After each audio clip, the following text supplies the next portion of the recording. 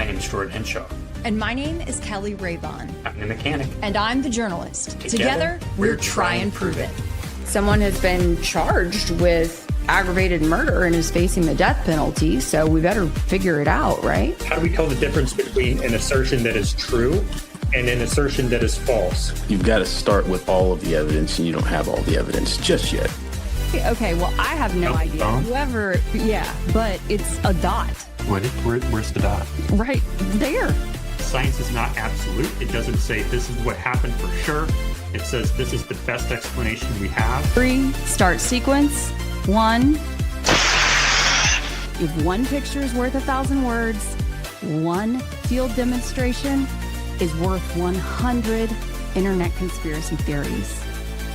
I'm gonna ask something at the risk of, being wrong, okay? But we're all just friends here. We're all just talking.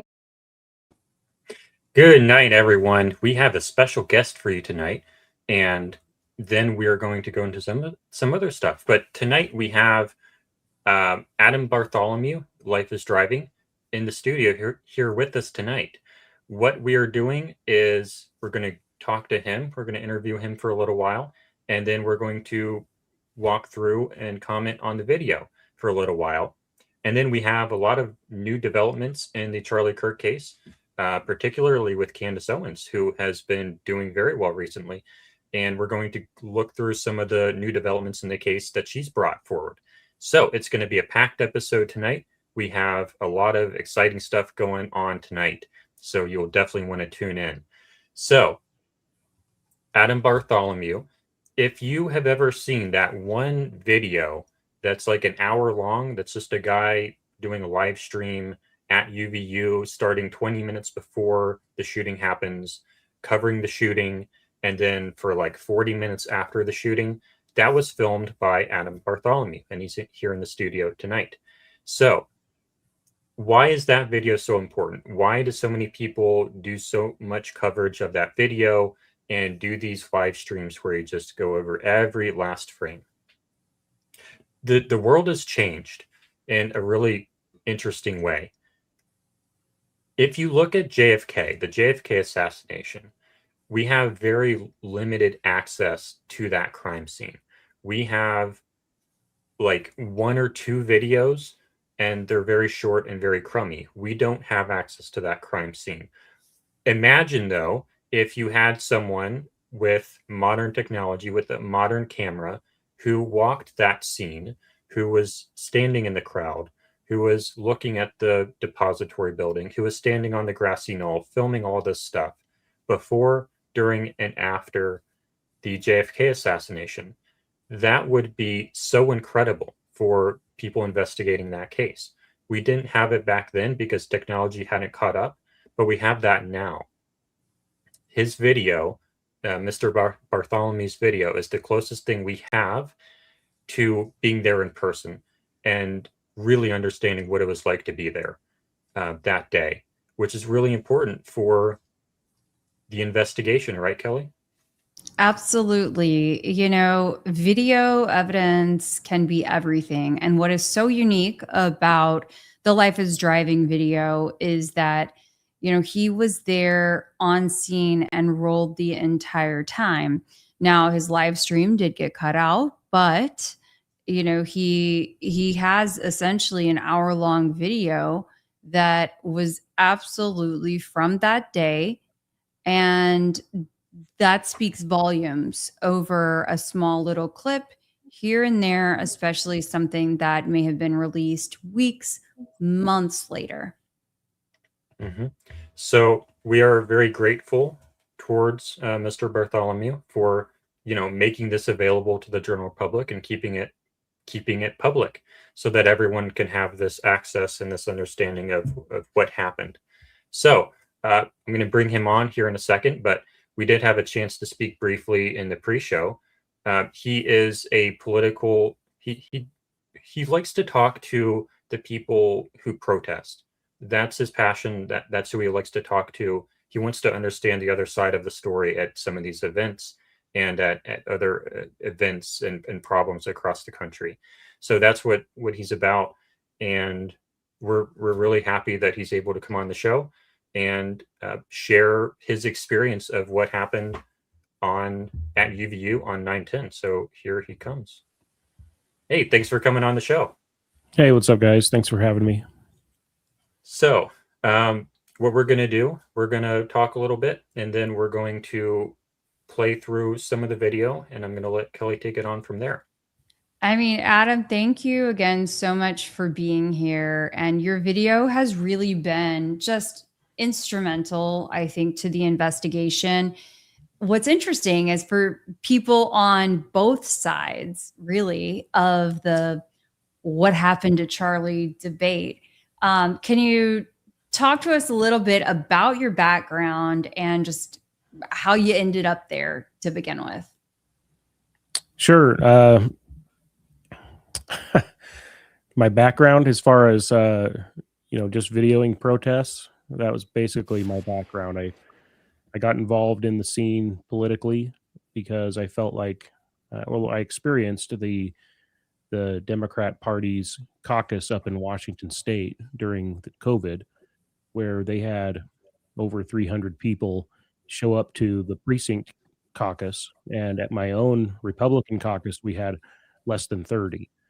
And they had paid membership tiers and volunteers, and they used the paid membership money to pay for apparatus of people that would go out and help the campaigns, filming campaign events, doing social media coverage, and that kind of thing. And so that's how I started. I started filming political events, and then you might remember the Chaz Chop Zone, the protests that happened in Seattle. We had how I got into that was I started hosting these Reopen Washington protests, rallies to protest against the COVID lockdowns.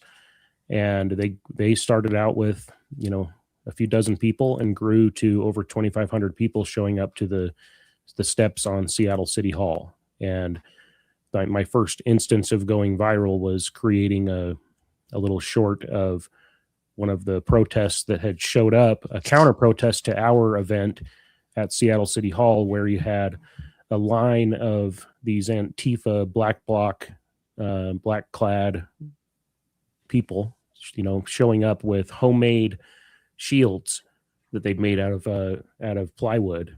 And I juxtaposed that with the line of guys from the movie 300, where they all have their shields and they all hold the line. And that was the first time that anything I ever did really went viral, was that little clip. And from there, I went on to film the Chaz Chop Zone when CNN came out and said that Fox News had faked a guy with an AR-15 guarding the entrance to the Chop Zone, and it was a very real person there. But what they had done was they had removed the background from him and placed him in front of a fiery background. You had fires burning at the Chop Zone, and you had guys with AR-15s guarding the entrances. They combined the two very real images.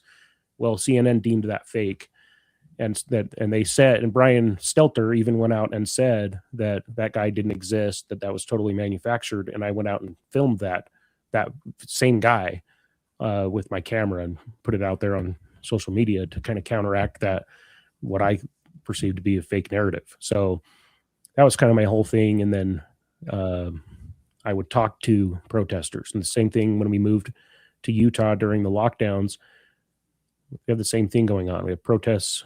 Seemed like every summer you have different events, and I do a lot of protest coverage. I do a lot of political debate for the Republican Party. I donate a lot of my time filming and live streaming the debates. And I have essentially a mobile studio with multiple cameras and like 14 microphones, lapel mics, and I can mic everybody up. And I've just grown it piece by piece. Like I'll have a debate where my equipment is insufficient, and so I'll get something else and add it to my my kit, and it just grows from there. So now I've got a pretty good setup, and I can go and handle these debates, get the word out for you. When you have for example, let's say the local state House of Representatives or the local county clerk. Those are elections that I'm a big believer in county over country. I think that local political stuff is more important and it has more of an effect on your daily life. So when you have people that show up to caucus on an afternoon in February, not everybody can, commit all this time, take time off of work to show up and attend all these different events where you'll get somebody who I've met lots of Democrats here in Utah that say, if you want to have a voice in Utah politics outside of Salt Lake City, you have to register as a Republican. And the only way to kind of vet those candidates and make sure that there's somebody who really truly holds your values versus is masquerading as a Republican, in a skin suit, is to go and talk to them in person and ask them questions at these debates and then get their answers out to the other, delegates that are Yeah. going to go vote for these people in the nomination convention. So given your interest clearly in politics and also your expanding arrangement of gear and whatnot, I mean, is this something that you do full time or purely a hobby? Purely a hobby. Purely a hobby. Got it. I spend my own money, take my own time off of work to do these kinds of things. Mm-hmm. So you have a job completely independent of the live streaming and the protests. Yeah. And so had you ever covered a Charlie Kirk case before September 10th? Or not a case, but an event? Yeah, I've covered 2 different Charlie Kirk events before this one. One in Washington State, there's a church called the House Church, and Charlie came to that church, and back then during the 2020 election cycle, I was using a tripod and cell phone, a couple different phones on the same tripod type of situation, one to get the crowd, one to get the event. So I had that Charlie Kirk event where he came and spoke at a church. And then here in Utah, back in 2022, I want to say, the Riverton mayor, Trent Staggs, became the nominee for, I think for Senate, maybe. Well, let's see. Anyway, he was running for Senate or Congress or something, and against John Curtis, our current senator. And Trent Staggs was supported by Charlie Kirk. And Charlie Kirk came in a high school theater room. Not really, it's like an auditorium with a stage, Mm-hmm. They hosted an event there, and then they took questions. And one of those clips actually did pretty well, where Charlie kicked a guy out of the. Some guy came in, asked Trent Staggs about his bankruptcies, and accused him of foisting his debt upon the public, that kind of thing. And Trent Staggs didn't want to comment on it, and Charlie Kirk was like, "Oh, I'll answer the question," and he gave an answer and equated it to some of the businesses that Trump has had that, that might not be the same situation with Trent Staggs, but he kind of equated the two and then kicked the guy out, and it was kind of a funny moment. So yeah, I've done 2 different Charlie Kirk events before this one.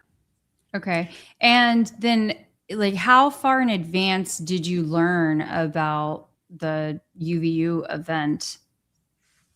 I'd heard about it.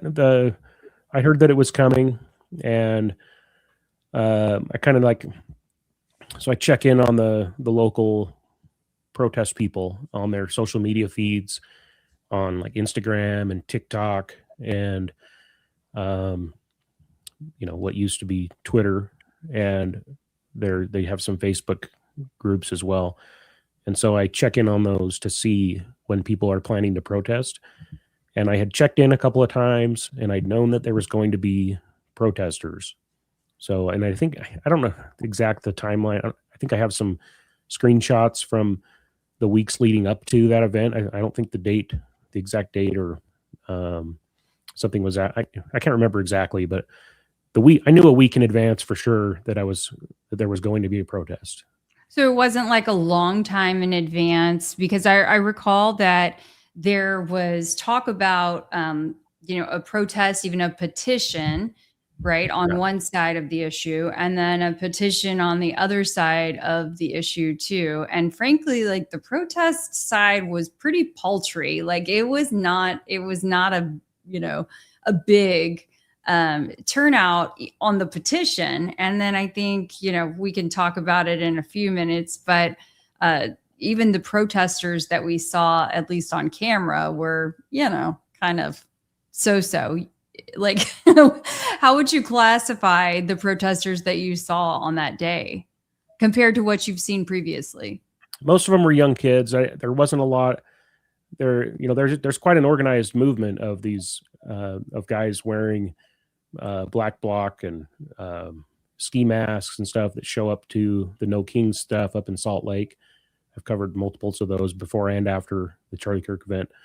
There wasn't a lot of those people there. There was mostly just young kids and, some of them with dyed hair, that kind of thing. But there was a fair amount of protesters that day, but not a gigantic turnout. And I have screenshots of and I think I saved some archives of that petition because it was removed after the fact, but yeah, that was definitely a thing. People were trying to prevent him from coming. And there was, their schedule had come out in, quite a bit in advance, I think. And so we knew for a few weeks that the first stop on his tour was going to be UVU.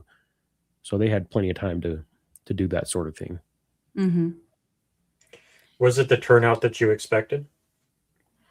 Yeah, fair amount. I mean, the crowd was very large in support of Charlie Kirk, or, I think a lot of people maybe weren't there specifically, but to support him, but just there to, see what was going on. But Charlie Kirk definitely drew a crowd every time that I've been to cover him back in 2020, for example, at that church. They had their main church venue, and then there was a gigantic auditorium where they held like dances and socials and stuff. That thing was they moved it from the main church area into the auditorium, and then it was totally packed to the gills, and there was people standing outside that, it was standing room only inside. I didn't show up early to that, and it was standing room only. There was a ton of people there. So even back in 2020, he was drawing a big crowd. Do you remember anything about the security at that event in 2020? There was Proud Boys that were routinely security for the church, and they were there that day as well. Mm-hmm. So just some from Proud Boys, you said? Yeah, Proud Boys did security for the church every Sunday because that church had refused to close down. Jay Inslee, the governor at the time, had ordered all churches to close down for COVID, and that church specifically refused to. And they got people that were showing up in person to, protest them refusing to shut down. And so the Proud Boys had stepped in and started showing up every single Sunday to guard the entrance and, protect the churchgoers. I think I'd heard of that, happening in some places, but I'm curious since you mentioned that, because then there was this whole, I think potentially Proud Boys tie-in with TPUSA and Charlie and January 6th and all that. I mean, do you know anything about that? I'm familiar with it. Yeah. I mean, I'm wondering if that's the reason why they chose that church, or I think the Proud Boys, they'd stepped up to do security for, I think Michelle Malkin and who's the blonde? Not Tommy. No. Was it? Ann Coulter. So they, Ann Coulter. Okay. yeah. So when she had showed up From way back. like, Gotcha. University in California, there was, Mm-hmm. a bunch of stuff going on. And so those guys have stepped up to do security for a lot of, people in that kind of situation where you have these groups of extremists coming to shut down your event, whatever it may be, whether that's a Sunday service during COVID, or, an Ann Coulter event. The Proud Boys have done a lot of that kind of stuff. So I'm familiar with what they do. So, and I asked them if they were Proud Boys at that church, and they said yes. So now the the folks, UVU 910, the folks who you were in the group online on social media, the folks who wanted to protest, what was their goal? Well, they wanted to get Charlie's event canceled. That's one of the reasons they did the petition, because they wanted UVU to shut him down. They didn't want him to be allowed to speak. And but once you were there that day, I mean, did you really see that much of an effort that seemed, I don't know, visceral? That, like, I just know, so I live in Houston, for example, and I mean, I've seen some protests, and it's just like, kind of looking back, it didn't seem like the protesters were all that serious, but you were there, so give us a little more. I think insight. Utah definitely doesn't have the level of protest that a lot of other states have. They had a good turnout at the No Kings rallies, both of them, the one before and the one after. So they can definitely turn out a crowd in Salt Lake City. But Orem, is 30, 40 minutes south of Salt Lake City, and Utah County is a Republican stronghold. So it's not the largest scene, in my opinion. Definitely not. It's definitely not like doing an event somewhere in Seattle or something. So, or Berkeley, California. So I think that's probably one of the reasons that security was so lax at UVU, was because they kind of had a familiar. They probably had similar people show up to his events, and weren't expecting much. I don't think anybody was expecting much that day. Mm-hmm. What did you notice about the security that day? I didn't notice security at all. There was the No Kings rally that was a few weeks before that, or a month and a half before that event. One of the No Kings security people shot a fellow protester, a guy that was showing up to do Second Amendment protest. He was open carrying an AR, and one of the security guys saw him kind of entering the protest area and took him to be somebody that's going to commit a mass shooting. He wasn't. He was a fellow protester on the same side of the aisle as them that had showed up to multiple protests with his gun and doing the open carry thing, kind of march in support to defend the protesters. And so it was really a mix up. They shot him and killed another protester. So a third guy that was just there to protest got killed that day. And so while I was walking into the Charlie Kirk event, I was carrying all my gear, and I was walking through I entered the same way that I had entered in April of that year for the Republican convention at UVU. The state convention was there, and there was mass security at the state convention. We had to go through metal detectors, and somebody checked every piece of my equipment. They opened up the SD card slot on my camera. I mean, they checked everything. And going into the Charlie Kirk event, I was walking alongside some girl, some student, a college student, who was not in class that day, but she had come to campus just to see Charlie Kirk. And we were chatting about how, and I had mentioned, I'd come up these stairs the last time I was here, and there was metal detectors, and we said, oh yeah, there was a the last event I was at was the No Kings rally, and there was a shooting. I had said, I hope there's nothing like that here. But we had both remarked on how there was no security.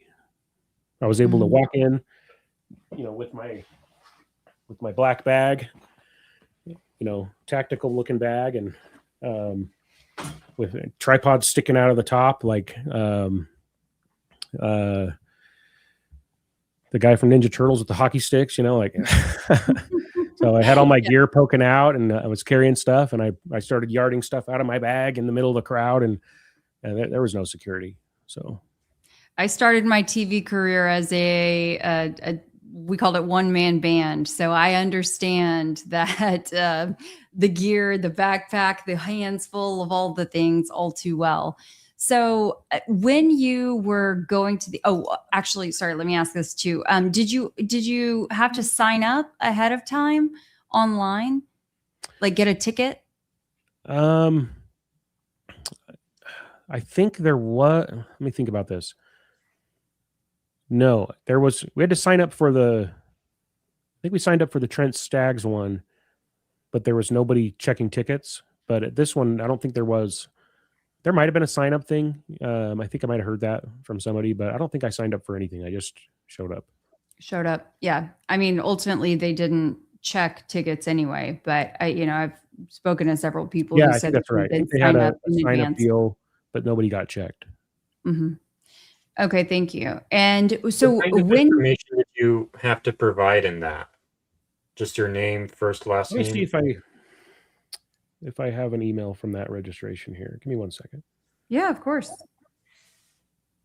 And for those who are joining us in the last few minutes, we are talking to Adam Bartholomew he is from Utah. He is, among other things, a videographer, very involved in recording political events, and his handle on YouTube is Life is Driving. He's the one who recorded the live stream and ultimately about an hour-long video from UVU on September 10th. Which is a gold mine of information on the case that we very much appreciate.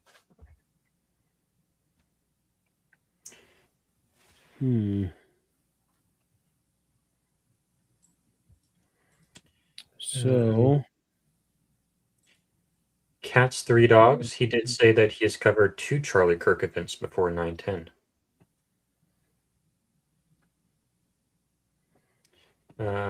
K. Annie Clash says, certainly the protesters didn't seem aggressive from his footage. I would agree with that.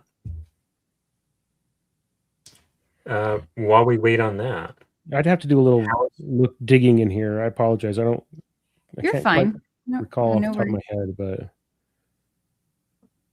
I'm just going to read some comments here while we wait. Tammy says, Sarah Saba has donated to my reconstruction fund. Thank you so much. Were you able to find it? No, they're not sorted by date, so that's okay. I mean, maybe there's a lot of TPUSA stuff when I search in my email, so I'll have to do a little digging. But I did register for the event at. I did find an email registration for the event at Utah State University that they still held after the fact, the one that the governor was at. But so it's probably in there somewhere. But I think it was just like sign up with your name and that kind of thing. It was more of a collecting your email and contact information than anything. If I remember right. And that's what I've continued to see as they've had the TPUSA Faith events and things like that. They request that you sign up in advance, but they're asking first name, last name, and email address, probably phone number too, so they can cover all the bases. But okay, that's helpful. Thank you. And so when you did arrive on scene that day, like what was your main goal for the live stream? Before anything else had happened? My main goal was to interview the protesters. So my wife and son, I wasn't even going to go to that event. My son asked if I would check him out of school so that he could attend. And I was aware of the event. So I thought, you know what? I had actually, in June of that year, we had gone on a backpacking trip with the Boy Scouts, and on the return trip, they were, sharing games and doing whatever they do in the back of the car. And I was listening to like a Mark Dice or something, and he was criticizing Charlie Kirk for something or another. And the scouts didn't care about the criticism. They just lit up when they heard Charlie Kirk. And one of the kids said, "Oh, I love Charlie Kirk." And so when my son, I wasn't surprised because of that. That kind of stuck with me. And because of that, I wasn't surprised when he asked if I would check him out and allow him to go to this event instead of going to school that day. And so I thought, okay, he can go, and then I'll go and film the protesters. So it was kind of like a win-win for me. And a lot of people ask, why wasn't I down there filming Charlie Kirk? And that was because when you show up, you could see all the gigantic cameras. There was plenty of people filming Charlie Kirk. I wasn't really there to film Charlie Kirk. The Trent Staggs event that I had filmed before that, when Charlie Kirk came to town to stump for the Senate candidate, I filmed that event because it was a candidate kind of a thing, So back in 2020, when he showed up to that church, I went and filmed that event. It was kind of a unique event with refusing the lockdown. In a way, it was kind of a protest, and so hosting a big indoor event during the lockdown when the governor had ordered churches to lock down. So I filmed the stage at that event, but really I was there to film the protesters. Like, that was my main goal, was to give people an idea of what the event is like, and then interview protesters, which is what I'd done at the No Kings rally like a month and a half before that, and countless other times. And that's what I do, is I show up, plant a camera in front of those guys, and ask them what they're doing there, why they hate, whatever. I ask them why they're protesting the No Kings. I ask them questions, kind of like follow up their statements, prod them to try and get an understanding of what they're doing and how they're thinking about things. And I also think it's fascinating the one-sided narratives, news narratives that people believe when it drives them to show up to these things, things specifically like about Donald Trump, that kind of stuff for the No Kings rallies, things about Charlie Kirk for that event. If you watch the interview, like, I'm asking them why they're there, talking to them about their answers that they give me, like I'm there to interview the protesters.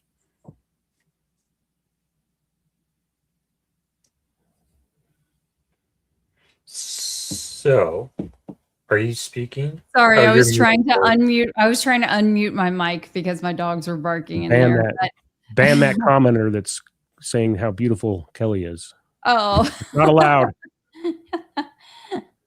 Maybe they intended to direct it to you, Adam. Maybe. Probably to Jordan. So probably just got his pronouns wrong. We did have a lot of folks who asked if you are a member of the LDS Church. Do you mind sharing with us? I was born and raised in the LDS Church. I grew up here in Utah. My wife is not from the faith, so I did convert her, and but we attend a local Christian church here. We attended that church that I was telling you about in Washington, the house. So take that for what you will. Yeah, we can come back to the faith and all of that in a little bit if possible, but I want to keep on the track of as we're moving through the event. So you arrive, you initially go toward, and Jordan, you can feel free to roll video, just so there's probably some folks who are watching who maybe haven't seen it. Well, real quick, we are at about half an hour. Are you good on time, sir? Yeah, I got plenty of time. Perfect. Awesome. And Thank before we get into the footage, would you mind telling us about the rig that you had that day? Sure. So I've got this backpack here, if you can see it, and in the backpack I have this setup, which is this is a Verizon hotspot and a router, and then I had some more cables coming off the router that time, so I'm using the equipment right now, but there's an app called Speedify that will bond all the internet connections, and so I have my tablet and cell phone and the hotspot that day. I had 3 internet connections, and everything was hardwired together with an Ethernet switcher, and I had 2 tripods, one with a camera on it and the other one with I don't know where it is right now, but the other one was a tablet holder on the top of the tripod. Mm-hmm. The tablet here is my control device. I don't know if you can see that. Mm-hmm. And it's called Mevo Studio. It's from Logitech, and that's where the stream comes from. So you can stream to multiple destinations from that, or you can stream to an external destination. I stream externally to Restream, and then the Mevo Studio combines the camera feed and the audio feed, which is why. And I was using this tablet I just showed you. That's an Android tablet, but at the time I was using an iPad Pro, 2nd generation, and something about the way it formats the audio. I had the audio running. It's a wireless shotgun microphone that was plugged into the back of the camera, and for some reason it records on a progressive delay. So I've had that problem at multiple events, and the only time I've ever been able to solve the problem was cutting out the iPad. But I couldn't cut the iPad. Do you have that problem on the day? Yeah. If you watch the video, the audio's out of sync. That's why. Because a lot of people wonder why when the shot comes out, you see people react before you hear it. So that would be why. Yeah. Yeah. The audio was delayed because of that. So I had a wireless microphone. It's a Comica VM30, and then it has a wireless receiver that's plugged into the back of the camera. The camera was wired with an Ethernet adapter to the Ethernet switcher in my backpack, which was then going to the wired iPad. So both things were wired on the tripods to my backpack. But the way that the iPad, for some reason, the Mevo app on the iPad Pro 2nd generation causes this problem with the audio delay. So the only way I had found to get rid of that audio delay was to wire my camera that I'm using now directly to my computer. And that kind of led me to believe it was the iPad. And I had a couple of people confirm that in different forums about this gear that I'm using. So I upgraded to this Android Galaxy Tab, and that solved the problem. But I did that after the fact. What was your ability to monitor your feed? On the tablet. So right now, the camera I'm on right now is wired to my computer. So I set everything up with the tablet and then switched it to wired webcam mode. But you can monitor the feed in here in this tablet. So that when you're in studio mode, you can. I don't know if you can see that, but you have a box that shows your camera, and then you have a box that shows your output, and you have all these audio controls. You can have multiple mics, multiple cameras, and then you can switch between the two. So like this would be 2 cameras. Neither of them are turned on right now.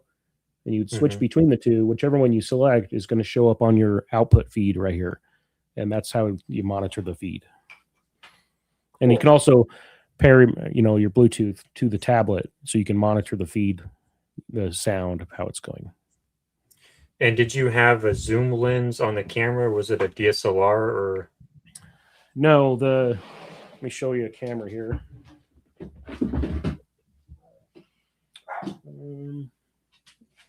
They're in They're in my bag, actually. So I packed all my gear up to go film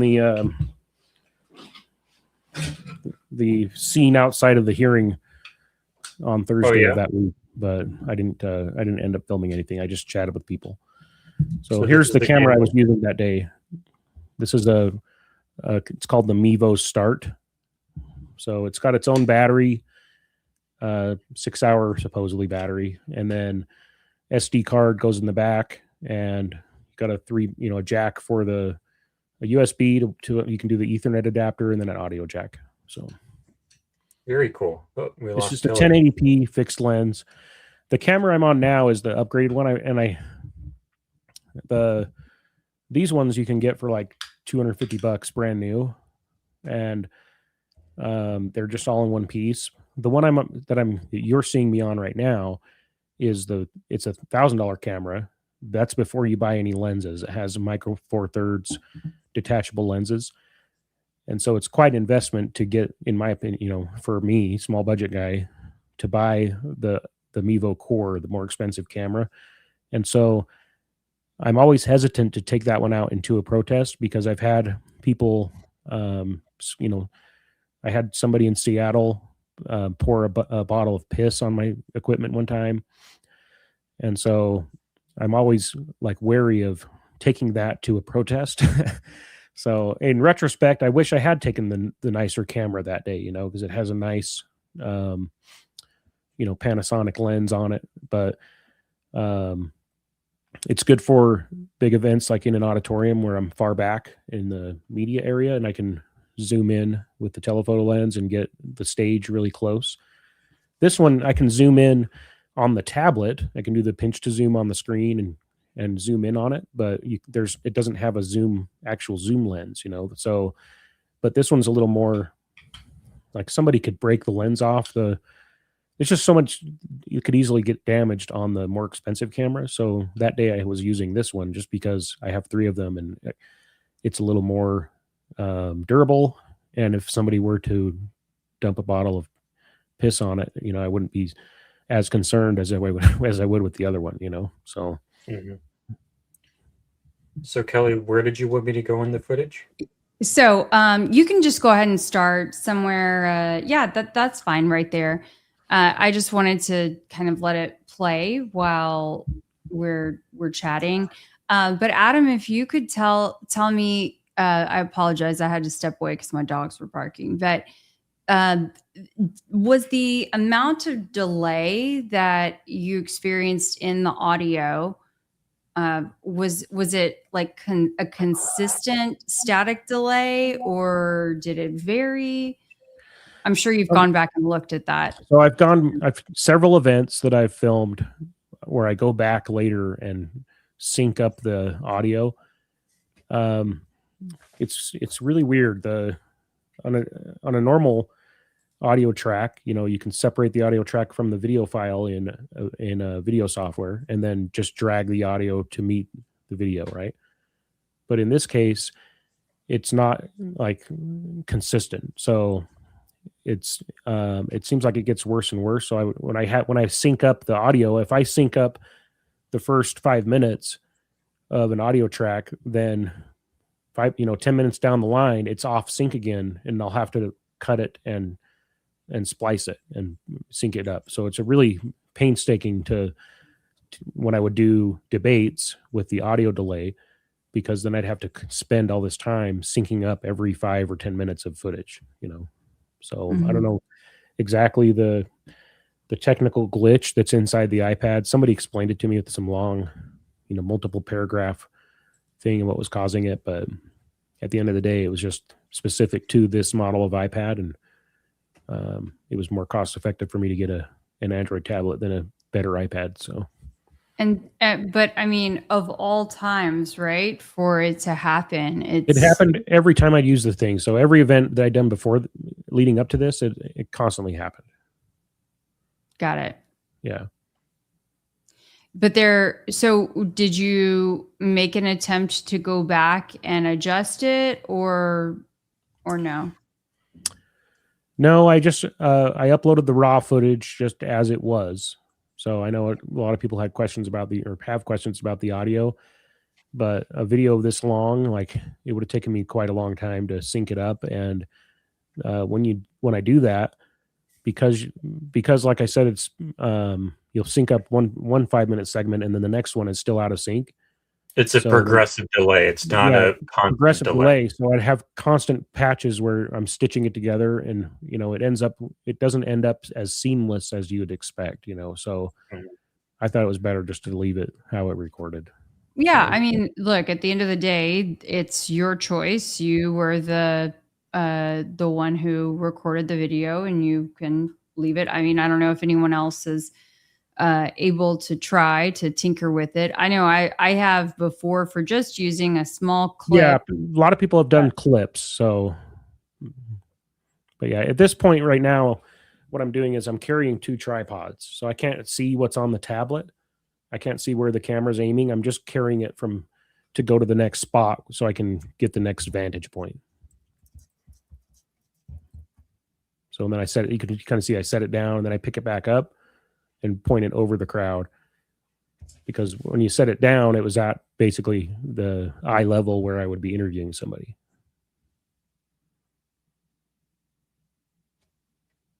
So I just wanted to give, viewers an idea of how big the event was here. You can see that line of protesters on the other side. Mm-hmm. So, Adam, I'm going to be candid with you here. There are folks that have said, man, like he doesn't zoom in to Charlie. Charlie's the main event, and Charlie's walking in and we're bouncing all over the place and not framed up and all of these things. So can you help us understand? Yeah, walk that video back a little bit if you would, Jordan. Okay, right where I walk up to that group and I set it down before I lift it up. Go to that point. Go to which point? I walk up to the group and then I set the camera down before I lift it up to pan over the crowd. So go forward to where we just were. So, and then let it play for a second. So I set it down and then I pick it up again. So go back just a teensy bit. So I set it down right there. Okay, stop. So that's as close as I could get to the railing right there. So the group was so tight that I would be muscling through, pardon me. And for a couple things, I was only at that spot. My tripod, if you saw right before this second, when I set it down, it was basically at eye level. So you couldn't see what we were looking at, what everybody was on the balcony looking at, which was the crowd and Charlie Kirk, right? So I either have to move forward to the railing, and it's about 10 people deep, or I'm just going to, the reason I went over to this spot was so I can get a good shot of the crowd size for the live stream. So, and like I said, I was not there to film Charlie Kirk. There were plenty of TPUSA cameras to film Charlie Kirk. I was there to film the protesters. And when I first set my stream up, I was like, okay, I'll, just like you guys did with your intro where you let it play for 4 minutes to get people in the room. I'm like, I'll spend a few minutes going around to give people an idea of what it's like, how big the crowd is, that kind of thing. And so I've got my camera on this tripod set up to eye level. And then I've got another tripod with my tablet. And so instead of pushing through that whole crowd, I picked up my tripod while my tablet's on the ground, and I held it up like this and just kind of panned across so people could see the crowd size, but understandably, it's hard to even know how you're framing it at that point, right? I'm looking at my tablet in front of me, the control device, and I'm kind of like panning it, but this is a decently weighted tripod. I mean, it's kind of unwieldy, especially when it's all extended really high. Okay. So, I'm not,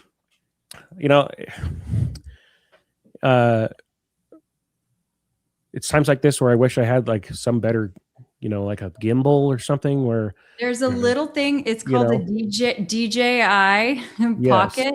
yeah, It's I've wonderful. I yes, will tell you, I it will yep. change your life. And Well, you the can only even do problem live is streams getting with it to feed into the Mevo Studio app. So maybe it's possible. I'll have to do some research on that and see if it's Yeah. worth investing in. But Or a little the gimbal. There's a DJI the gimbal Mevo too. is like but an ecosystem. So you'd yeah. have, to be able to stream, have a microphone separate and be able to stream, live stream and everything from the control device, and have it's called Mevo Studio, so if you can if that camera can go into NDI mode, then I could get it into the Mevo Studio. So, Mhm. And that's complicated. but like I said, I'm 100% amateur, and this was just like my best setup. So I didn't go there expecting that some, insane thing is going to happen. I'm there to like set my tripod down Sure. in one position and interview protesters. Well, and I think Yeah, that's important for people to hear, to understand. And again, context. We're all about context here. So, Yeah, you didn't expect to be on a show or on any shows almost a year later. I mean, having or people picked go up through this on way. every live stream, or live, throughout live coverage Mhm. all over the nation, but the world, Yeah. So you're over initially on the side that seems to be pro-ish Charlie. Correct. And I went there then to see who's over there and get a good idea of the crowd size, because that seemed to be, from where I first set up, that looked to be a pretty good, vantage point to be able to see the size of the crowd around the main tent. Mhm. did you notice at what point, I guess, did you notice that your video was separating from your audio? Oh, I knew it was happening. I knew it was going to happen. So it happened at everything that I'd been filming. So, there's a Mevo Studio Facebook group where the creators of the app are in there, like providing support for people. And so I've been trying to sort it out, and getting, that was actually the reason that I had gone with the Ethernet hardwire that day. Because the system is set up to be able to do everything wireless. So you can have your camera on a tripod and your tablet, and everything is wirelessly connected. The camera can act as its own hotspot, or you connect to a hotspot like the one I have. So it's all intended to be a wireless system. And I had added I had actually ordered the little these little guys, Ethernet to USB-C adapters. I'd ordered them specifically for the No Kings event and this one, because my thought is that if I could hardwire the Ethernet connection between the camera and the control device, then I would be able to circumvent the audio delay. But it didn't work, because as I found out after the fact, the iPad was the source of the delay, not the internet, not the wireless or wired connection. So I was hoping that the wired connection would be better to, avoid that, but in practice, it just didn't work out. We had a question about this yesterday, the multiple phones thing.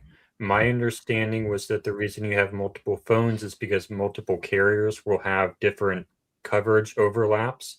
So if you have multiple, then if one carrier has a black spot in one area, you can still be covered by the other carriers. And then the software is able to sort of combine the different coverages into one, so that you have one really good signal. Is that correct? So yeah, I didn't have multiple phones. I had my AT&T phone, and then a Verizon hotspot, and the iPad, which at the time was with a AT&T. But now that I have this other tablet, I have two AT&T, two Verizon. So, but at the time I had just the Verizon hotspot, the AT&T iPad, and my AT&T phone. And what I had experienced at multiple events that I've been to, like the No Kings protests and the Charlie Kirk event at the high school, and even the Republican conventions where you have like 4,000 delegates in one room, it seems like you have all these people in the area, the cell signal degrades. So, where I can, before the event, do a test stream with 5G and it's working perfectly. When I get in the event, I'll have the 5G, but the bandwidth, maybe you want to call it, I don't know what the term is, but it's severely cut. Sure. Because Yeah, there's so many bandwidth. people. And so there's an app called Speedify, and you can pay $15 a month for it, and it bonds all of the internet connections to one. And so I have the Speedify on the tablet, the control device, and then it shares my internet connection from the phone and from the Ethernet is connected to the hotspot. And so it bonds them all into one, and basically is supposed to theoretically make your stream more resilient, so it doesn't drop, so it doesn't have as good of a chance to drop, But unfortunately, ultimately it dropped. And I think you can continue to play. At about 27 minutes, the stream dropped out.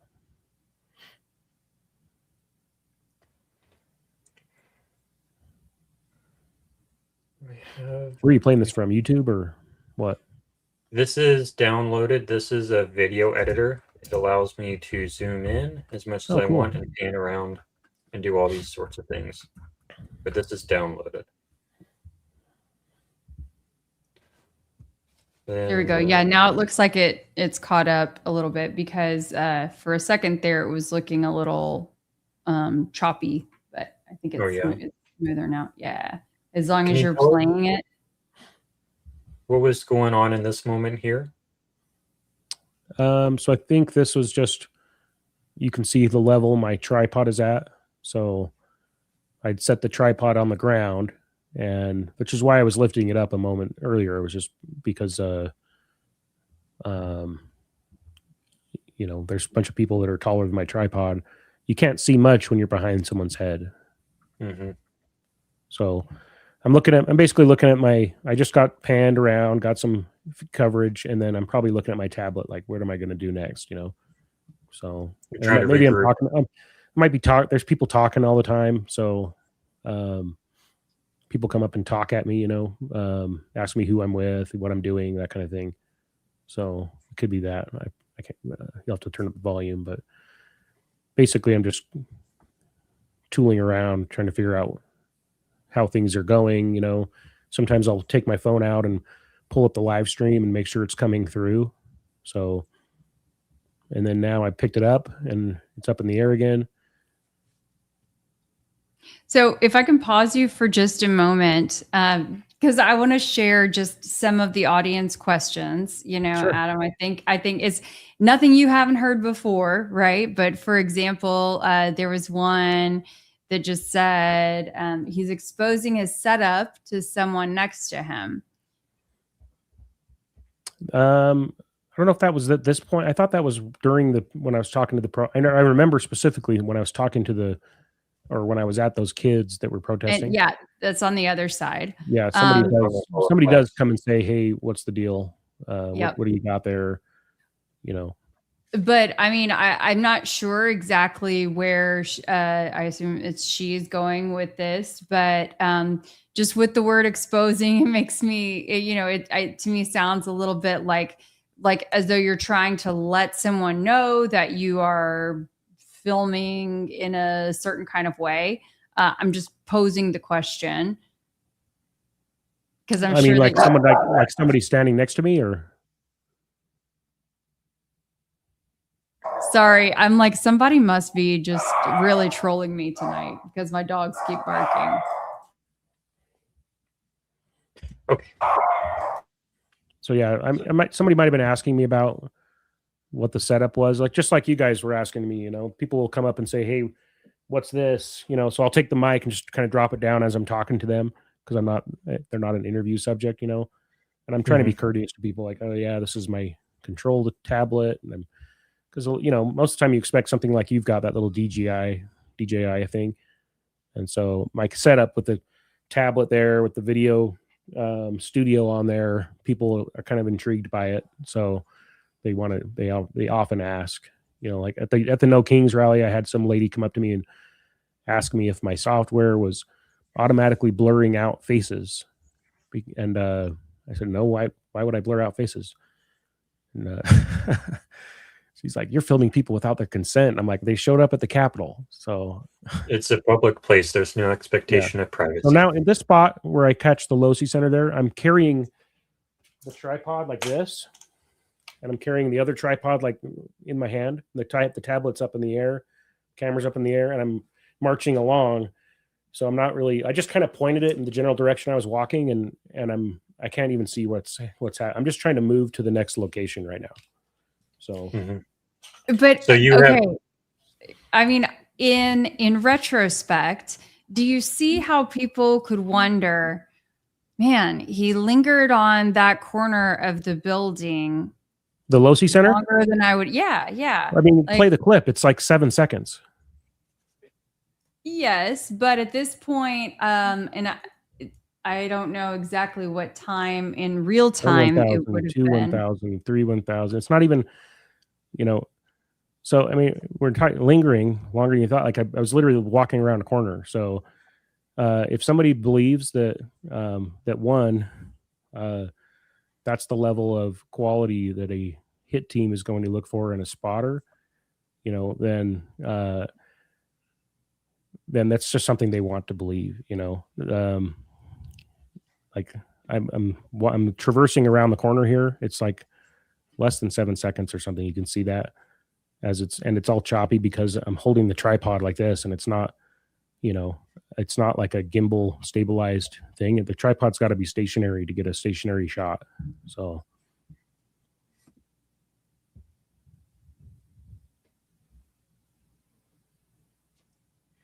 I'm going to stop here, look back. Here's this angle, moving on.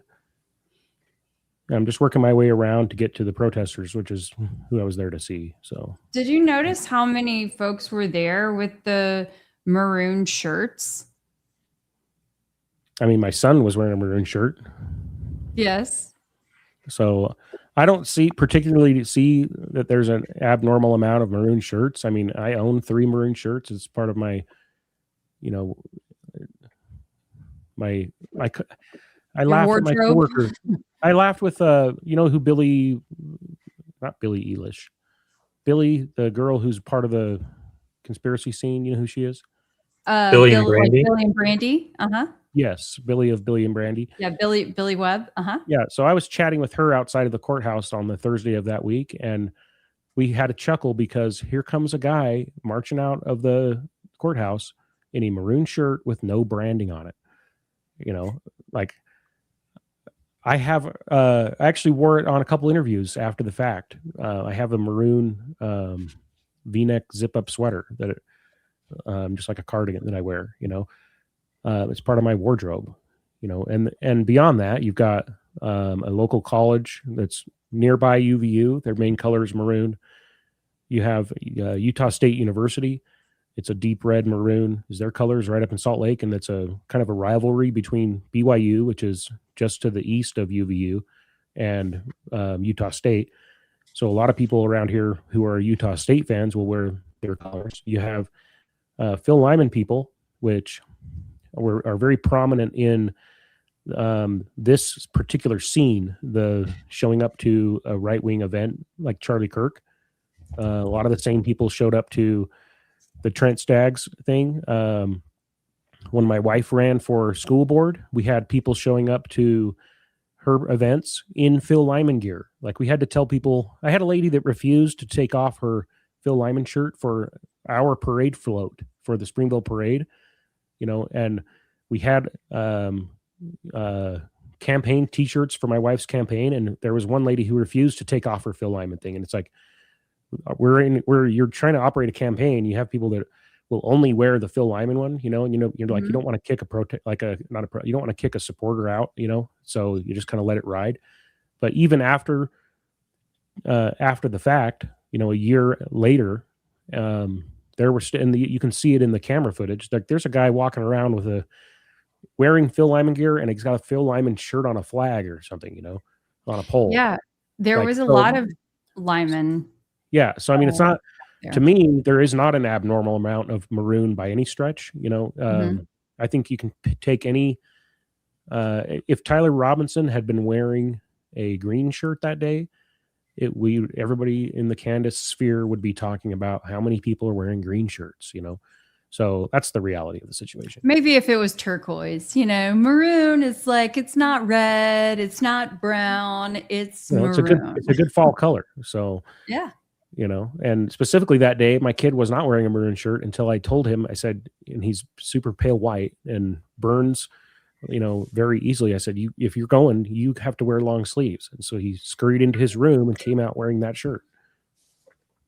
With was it a long sleeve shirt or was it a short sleeve shirt? It was long sleeve. Okay. And he was wearing a dark hat and he was wearing a hat that has the and the short short thing. It's the fellas chop shop, which is a haircut thing. I told him, wear long sleeves and a hat. Like, I don't want you getting sunburned because I took you out of school that day. Kelly, you know it's hot out there. Oh, trust me, I know. I experienced it firsthand a couple of weeks ago. And when you're in just a place, even though there's nice grass and trees, I mean, there's a whole lot of concrete too. And with the elevation and the sun, and yeah, it's intense, no doubt about it. There were some folks still just kind of hung up on the maroon topic in the chat. And so they were saying, well, if it was to represent another school or, you know, Lyman, things like that, wouldn't their shirts have said? Well, that's the thing. It's like logo. Some people I'm just guessing here, maybe people pick maroon because it goes along with whatever they think, or they just like, you know, like for me, the reason that I have a maroon cardigan is because my wife thinks it's a good fall color. So, you know, like, who knows why people pick what they pick? Why was the guy at the courthouse, you know, that Billy and I saw wearing a plain maroon shirt with no branding on and not even in the fall? I don't know. Could have been intentional. Well, it could have been intentional. Yeah. But could have been a little wink and a nod. It was between it was during the hearing, so he wasn't like coming out of it. He was just like some random dude at the courthouse. So yeah, I hear ya. Okay, there was. I want to also, before we proceed too much further, want to say thank you so much. We have a super chat that I would like to acknowledge. Just Common Sense, sing it. Thank you so much. We so appreciate you. So our question was it difficult to find parking? Do you mind telling us about your parking experience? Yeah, parking was pretty packed. There's a big parking lot on the north side of the UVU campus, and there's a smaller one on the south side, and the smaller one was all packed up. So I went around to the other side, and I had to park all the way out in the end of the parking lot. I had quite a hike to get into the building. So it was that this says decided to crash. Whoops. I remember where I parked multiple times was at the Institute for Religious Studies, like open parking area, and then parked over by the fountains. But I would assume that fountain area was not available that day. Was that this parking lot here? Yeah, so you can see that white building on the top of the screen there. I was past that building to the north of it in that parking lot. I see. Okay. So I was pretty close to that street that you can see there that goes left to right. 800 south. Yeah, so I had to park out there and hike all the way into I entered through the UVU Center, whatever that is. So if you zoom in there. Right here? Yeah, so I entered through the UCCU Center and then walked through that building and then through another building and came out on the upper level where the protesters are. Mm-hmm. Oh, yeah. So, cool. Yeah. Well, thank you. Okay, so if you want, Jordan, you could continue to play that video so we can make it around to the side where he's talking with the boys. Now, were we correct in assuming that this is an auto exposure the whole time? Oh, yeah. Mm-hmm.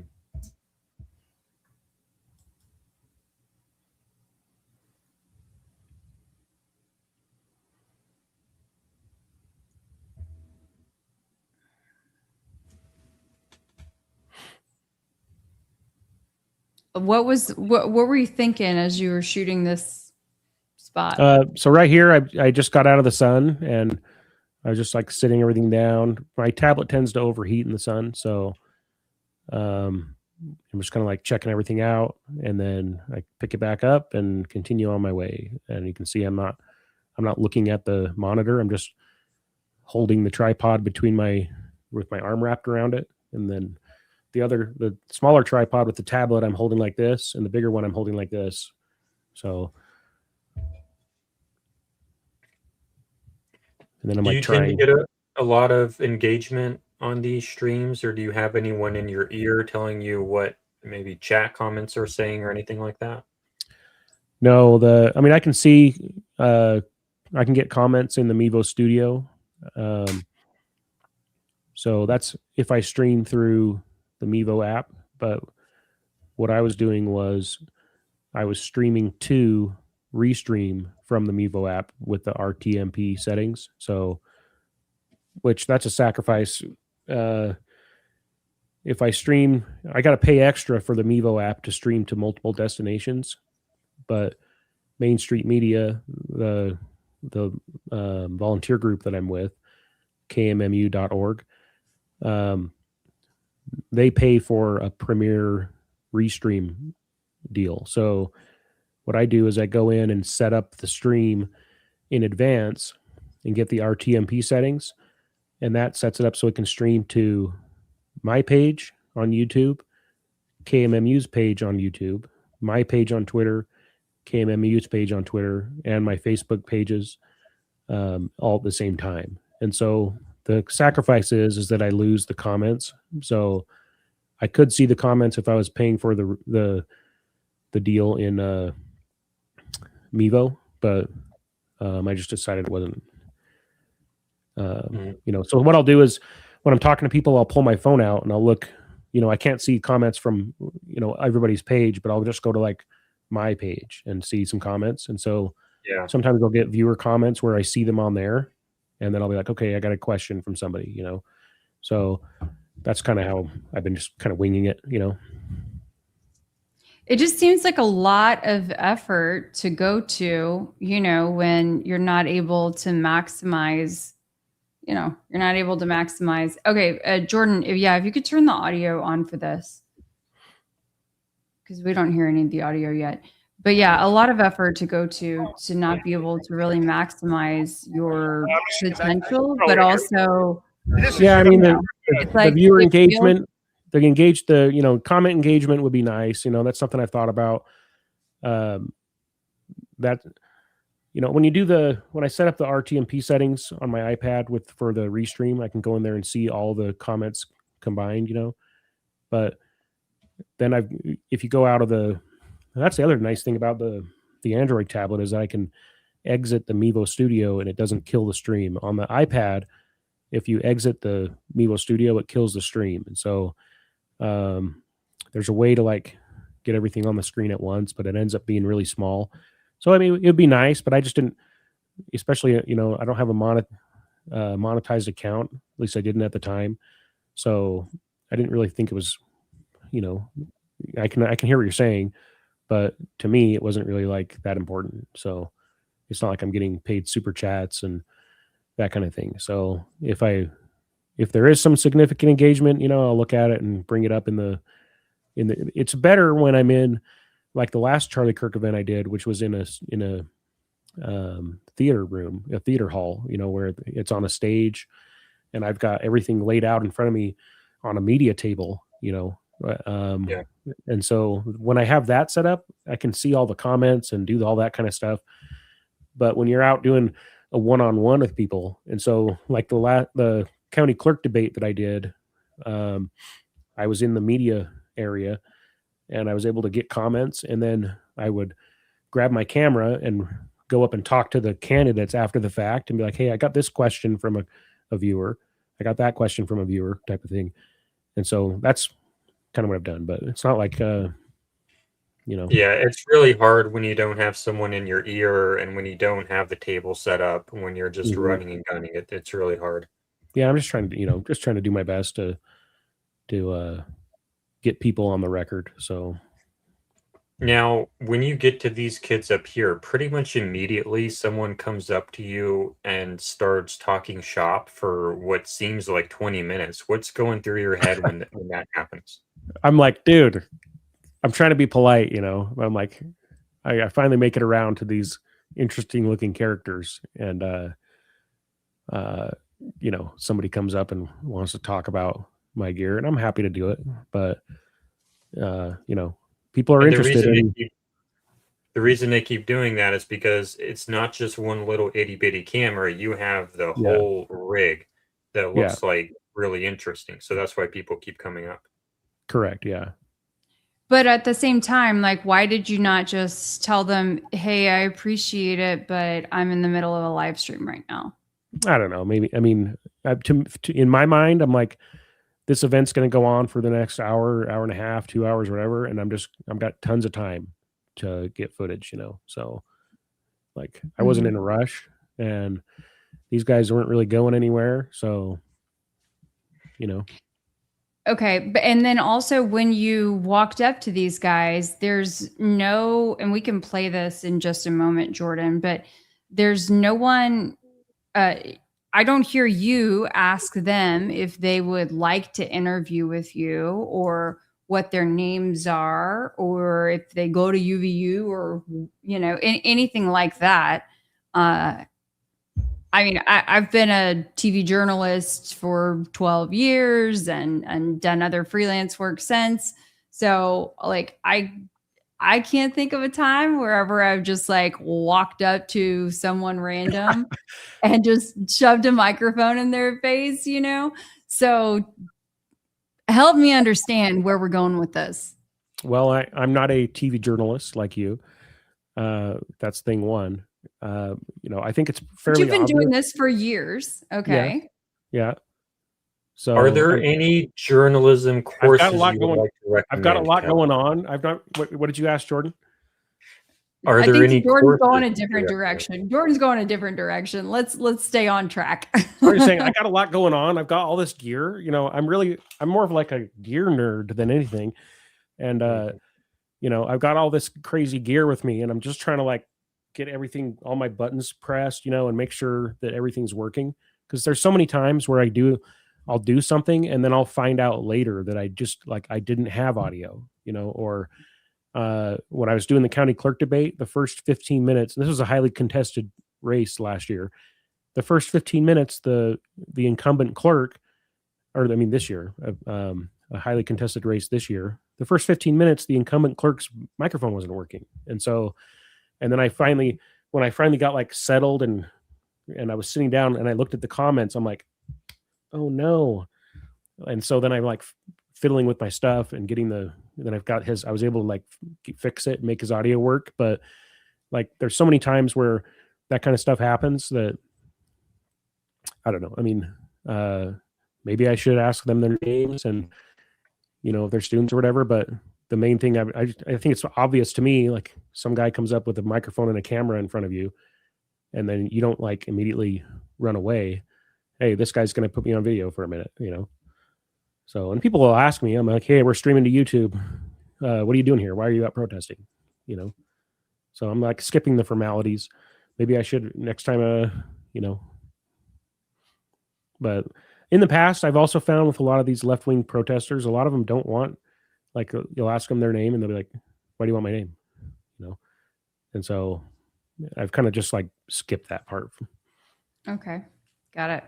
Yeah, Jordan, you can just play this because I know there's the stream, or there's someone who comes up and asks you, as we were just discussing, about your setup, and you explain that at length. And then these guys continue to sort of hang out, but step away, I think, and then you reconnect. Powder in the backpack. Well, so you can do the live stream. Yeah, I'm streaming right now. That's the camera? That's the camera, yeah. I'm getting echo. I don't know about you guys. Yep, echo. Oh, we have echo? Mm-hmm. We did the test pre-show. Maybe it's Can't your imagine mic. why. Yeah, Mute your mic for a sec when you play it. I'll mute my mic when I play then. This is the audio capture. Look how tiny that is. Wow. It's my own DIY streaming setup. So those professional ones Can I get a cost like picture of that $5,000. microphone? Yeah. I just remember what that is. I've seen small ones, but I haven't seen that small. This is the mic right here. This is the receiver for this. Yeah. How far will that transmit? Really? Can you put that up? And I had this exact encounter at the state convention with the ABC4 people, and they're like, "Oh, look how small and nimble your setup is," you know. So it happens to me all the time. It's in my backpack.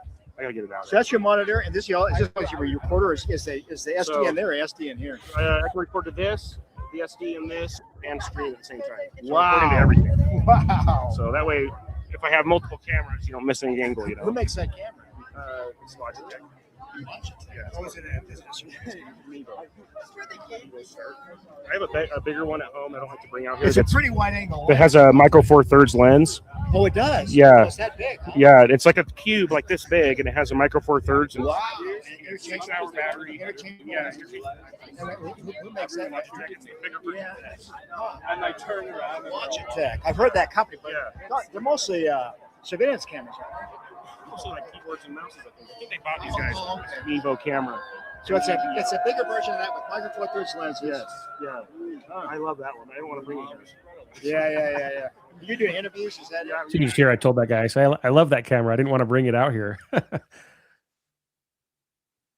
So, I mean, I think it's interesting. These guys I don't know. It's just weird because they're facing toward you, yet they are not engaged with the interview right now. That's why I went to them. They were just like a group of dudes hanging out, you know, with their little signs and stuff. So, do you see that though?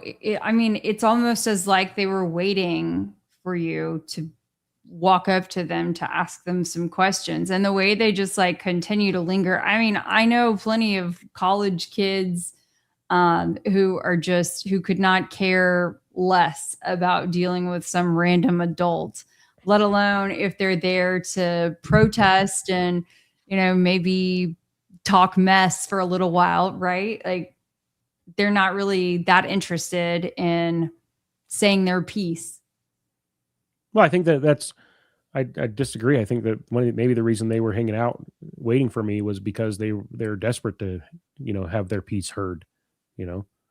So like a lot of people will just dismiss them or yell back at them and, you know, call them names, that kind of thing. And I'm like, hey, what's going on? Tell me your story. Okay. We can keep playing, Jordan.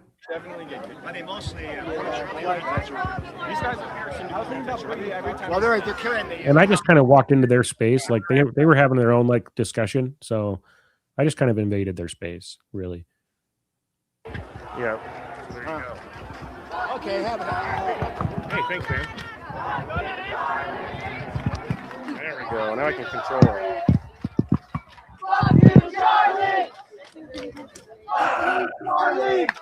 See, they're participating in the chant, and I move my camera over, like, "Hey, where are you guys going?" Did you try to talk to any of the people chanting that? Those guys were chanting that.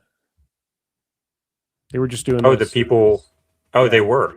That's why they moved away from me briefly, so they could, you know, participate in the "UVU Charlie" chant. Oh, I did not know that. There you go. If you wanted to know about my setup, that guy asked all the right questions. What's going on, man? Downstairs or up there?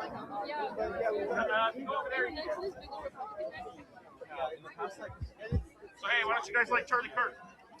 I think that I don't like his views on genocide and how he's supporting I don't like his murder of children dying in Palestine, in America. I don't approve that he's condoning someone who's pushing the U.S. to become more authoritarian and is violating the Constitution every which way. Okay, pause it, Jordan.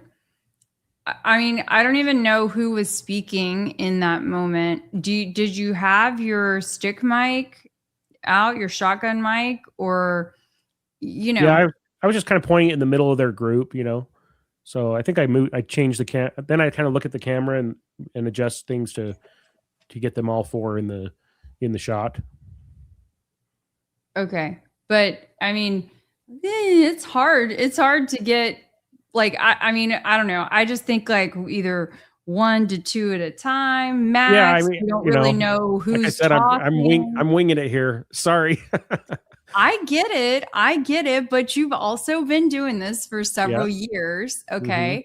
And you are putting forth your valuable time and effort, and you've invested into your setup.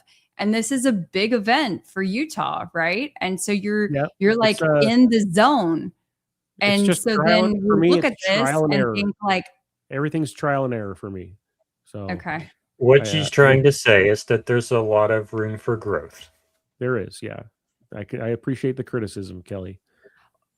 It's, you know, look, though, I'm gonna be super direct, you know, candid with you, right? Is that is why people, among a few other reasons, but why people question the maybe the motivation behind you being there, not just the authenticity of it, like the sincerity of it, what the motivation was for you being there. If it doesn't look remotely like a semi-professional video, move it forward and you'll see that I get all four of them in the shot at the same time. So, you know, I just got to this location. Some guy spends, 10 minutes going over my setup. Like I'm a one man operation here, just trying to do my best, and you get a lot of, there's a lot of camera adjustment, that kind of thing. And it's more than a one person job. So trying to be the interviewer and the tech guy at the same time. So, it is what it is.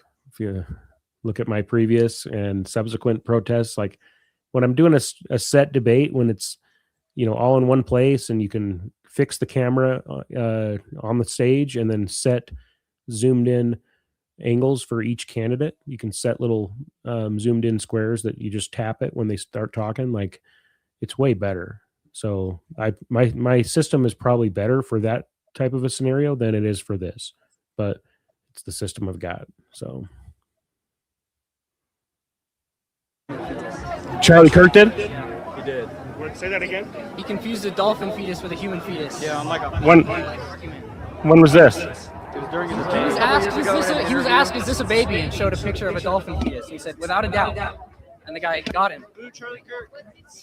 When do you think life begins? No idea. I don't know. And for that reason, I think it's this huge issue that Charlie Kirk made a mistake, but he's like, he won't answer when he thinks life begins. Gotcha. What about you? I agree with both of what they have said, and I think that believing that life believes. I call this guy Bedhead. I'm just gonna say it. He moved out of the shot. Him Bedhead. He moved out of the shot. The tech guy, me, who noticed that he moved out of the shot, and so then I moved the camera. So I'm trying my best here. Adam, we may have to work on rule of thirds. Have you heard about rule of thirds before? I've heard of that, yeah. Okay.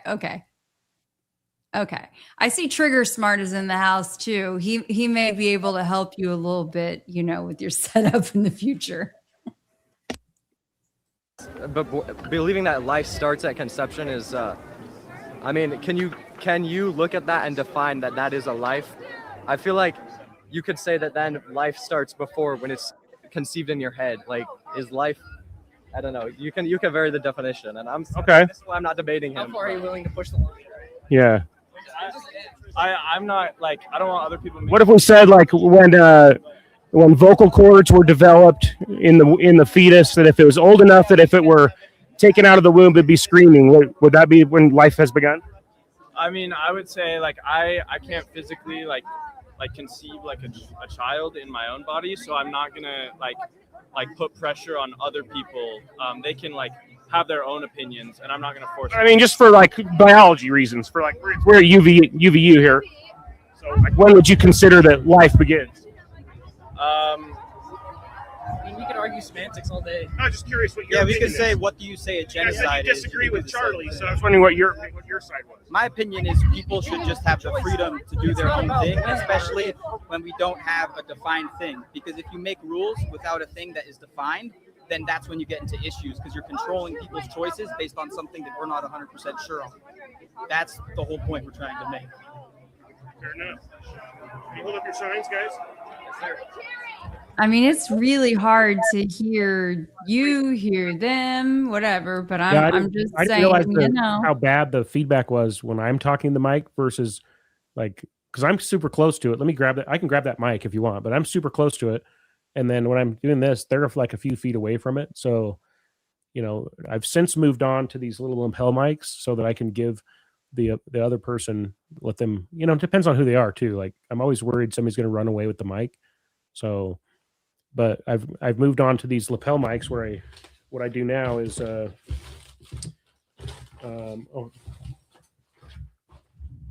here it is. So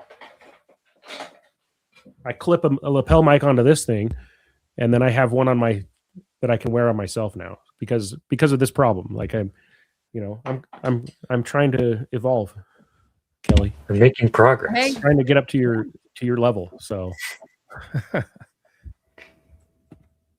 I think Kelly appreciates that. Just asking questions here, folks. Just asking questions.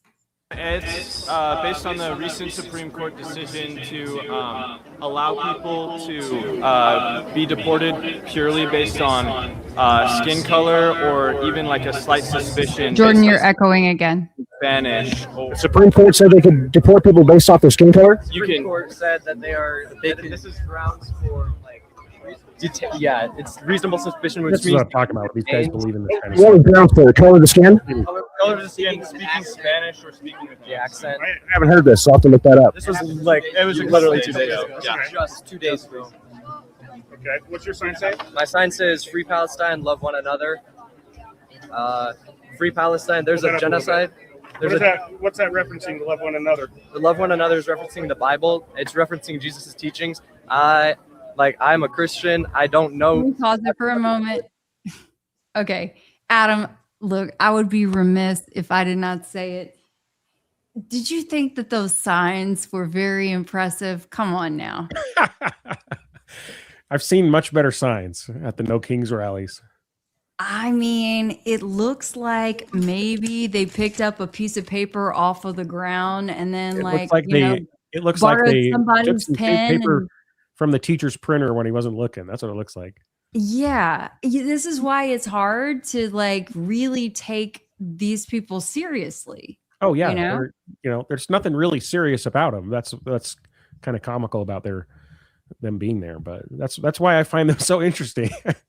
Because But did you feel like there what motivates these people? You know, like what do they listen to throughout the day that gives them these ideas that the Supreme Court says you can deport someone based off of the color of your skin, and then motivates them to take a Sharpie or probably a whiteboard marker and, you know, make a Free Palestine sign. Like that's where I'm trying to talk to these on guys. one piece of printer paper, it looks Before like. the crap hits the fan, you know, but like I'm just trying to like pick their brains a little bit to kind of get an understanding for, you know, what's going through their heads, because a lot of them don't have much going on in there. So, you know, that's kind of the whole gist of it. Okay, So got might it. be kind of maybe I'm being cruel, you know, by exploiting these poor fools. But Jordan, like, if you zoom all the way in, actually right there, I'm to the middle between the, I'm like, is that? I knew there's a shot where a maroon shirt guy. I don't know if that's the one. That's the one.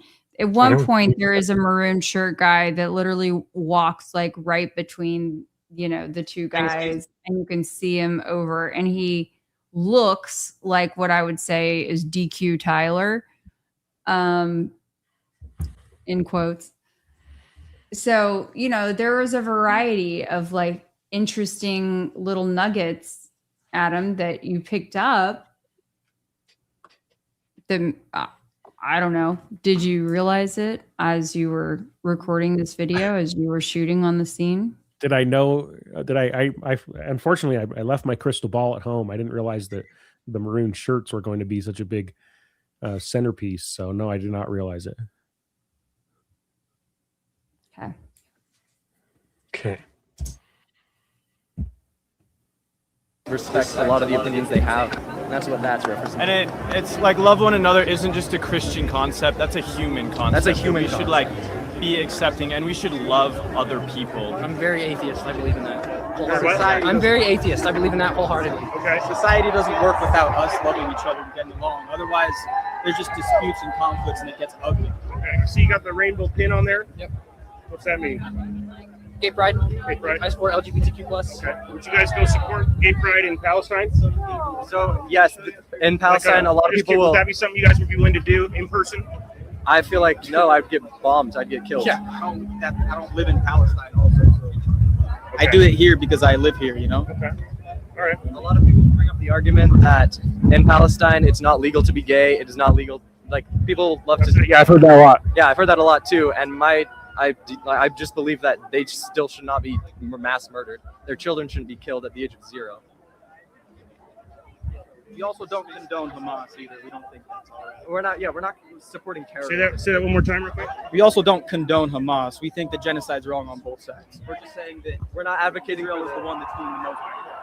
We're pro-Jewish people and pro-Palestinian people. We think people should live. And people have a right to live. And that's kind of back to like the love one. I'm going to ask you this right now. This is a good question. Have you been asked to provide video for evidence to the SBI or FBI? The state investigators and the FBI got my footage like on day 2, I think. Interesting. Did they take the raw files or did they just your YouTube stream? I uploaded it to a Google Drive, and then I added them as an editor, and they were able to download it from Google Drive. Got it. But they didn't ask for the original card that it was recorded on.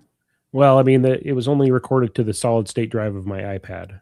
So the SD card, because I had the camera in NDI mode, I didn't realize it at the time, but when you put the camera in NDI mode, which I did that because I was connected via Ethernet and I was trying to get around this audio delay that I've been experiencing. So I was experimenting with different things and I put it in NDI mode. When you do that, it won't record to the camera SD card, only to the control device.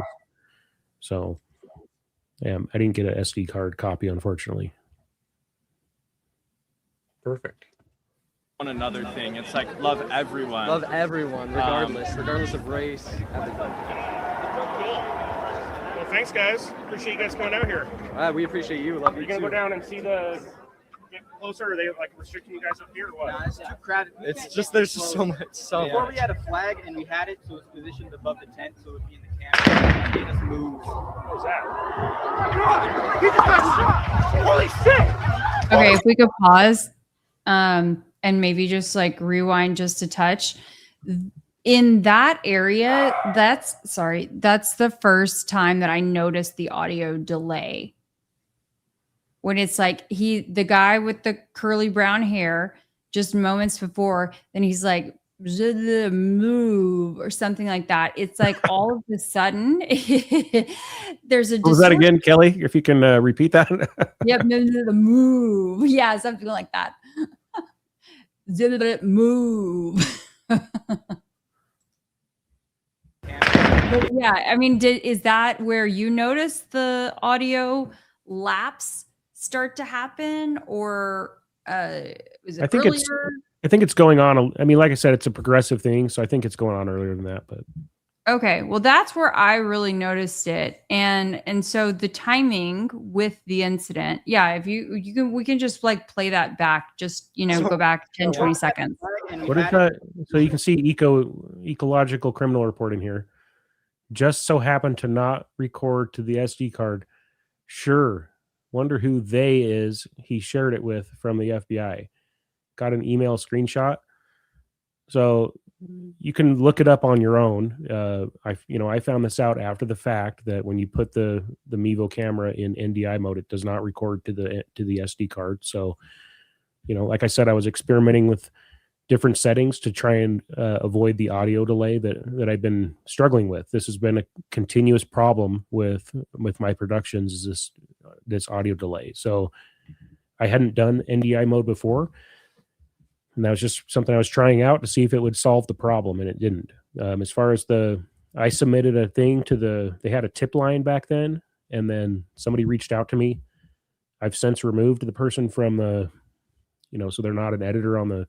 I said, let me know when you've got the file, and then afterwards I removed them. So it was like a state.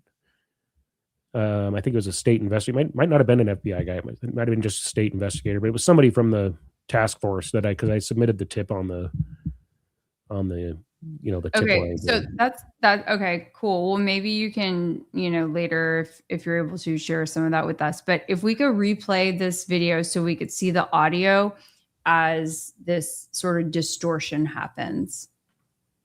It seems like the audio is on point until the shot, but I want to make sure. So if we could go back, Jordan, skip back I don't know, maybe 20 seconds or so. We can take that comment down. There we go. Oh, can't hear you. Oh, that's why you kept interrupting me. Eco's been on the show before. He's great. The ecological criminal guy. All right. So it's positioned above the tent, so it would be in the camera. Go back further. People should live and people have a right to live. And that's kind of back to like the love one another thing. It's like love everyone. Love everyone, regardless of race. You can even take us down, Jordan, if we need to. But I just want to make sure that we're okay. Yeah, that's good. Since are you zoomed in? Yeah, I'm zoomed in. Okay. That's fine. No, that's fine. You can.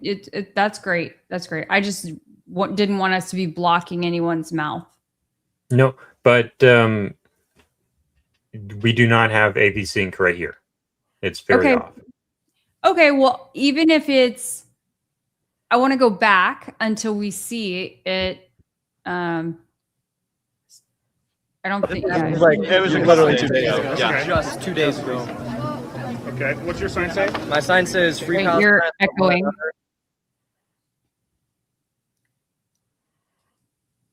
Maybe it wasn't. Sorry.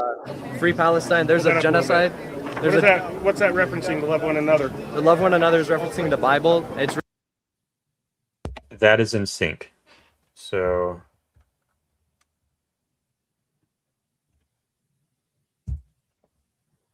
oops. Rename. I can't get this thing to label. There we go. Right click. Can I right click? No? Can I right click and rename this, please? I would like to rename this. Marker. Rename marker. In sync here. Perfect. Okay. And now we're going to track forward. So, yes, in Palestine, a lot of people will... Would that be something you guys would be willing to do in person? I feel like... See, I don't think it's in sync right now. Now it's out of sync. I'm very atheist. I believe in that wholeheartedly. Okay. Society doesn't work without us loving each other and getting along. Otherwise, there's just disputes and conflicts, and it gets ugly. Humans should be. I might disagree with most of them, but I still love them for who they are, and I respect a lot of the opinions they have. That's what that's referencing. And it's like love one another isn't just a Christian concept. That's a human concept. That's a human. I would be willing to bet that all of these guys grew up going to LDS primary, Sunday school, and love one another is part of a very common LDS children's song. So I think that's why I was asking the question, was because I wanted to get an idea of where these, if that's where they, I think that maybe innately just put that, because of that's probably where they probably grew up that way. That's what I would guess, but they're kind of like beating around the bush, like, it's not cool. It's not cool anymore. I'm very atheist. I believe in that. I'm very atheist. Now it's out of sync. So Okay, Adam, but you also go I there. think we're going to need to go back a few seconds because every time you start playing it, even, a ways back, it was glitchy for the first several seconds. So, Okay. Where did you download this from, Jordan? I downloaded it from your YouTube channel. There you go. Some people This are is asking in the chat. Yes, I downloaded that from the YouTube channel. Thank you. Believe in that wholeheartedly. Okay. Society doesn't work without us loving each other and getting along. Otherwise, there's just mass murder. Genocide's wrong. Go down and shooting. We heard shots. We heard shots. We're So did pro-Jewish people and pro-Palestinian people. I think people should live and people have a right to live. And that's kind of back to like the love one another thing. It's like love everyone. Love everyone, regardless of race. Well, thanks, guys. Appreciate you guys coming out here.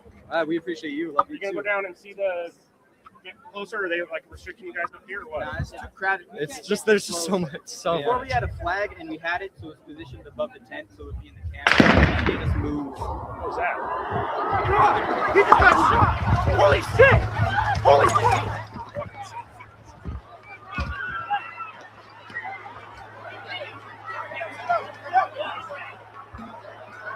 There's been a shooting. There's been a shooting. We heard shots. We heard shots.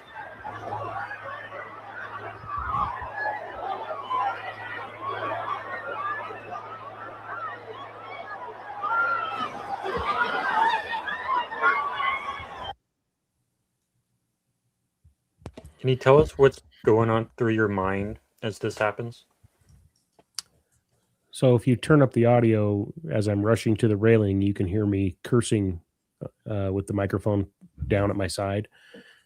And my first thought is that my wife and kid are down there, so I'm, as I'm rushing out, I'm like cursing. I'm cursing at myself. I'm saying F, F, F, F, F. And then I get up there and I'm like, we had some shots and everything's kind of going on all at once. And, I make some calls to my wife and kid here in a second to make sure they're all right. And my kid tells me that Charlie got shot. He was down in line waiting to ask a question. He was like towards the back of the line. And then, so I say, this is unverified. My son just told me that Charlie was shot, and I'm making an effort to be responsible. So, because I've been accused in the past of being irresponsible in my coverage of things. So I'm just like making a conscious effort amongst everything else that's going on to try and be like responsible because, no idea what's going on. Mm-hmm. okay, if we could, again, just rewind and maybe I'm able to go through when I'm not trying to do this on a live stream and not able to, control the video. Or I also have a version of it. Unfortunately, it's not on this computer, but that I like downloaded early on. But it didn't seem like, because I've spent a lot of time on your video, Adam, that the delay and the audio started as long before the shot. Or the sound of the shot. What do you think that's all about? Like, why would it just so happen to conveniently start to act up at that point? Well, it has to, what I've come to understand, because some technical people have, I've been in like I said, these Logitech support groups trying to figure out what's going on. And the iPad Pro 2nd generation, something about the processor, it starts to degrade after.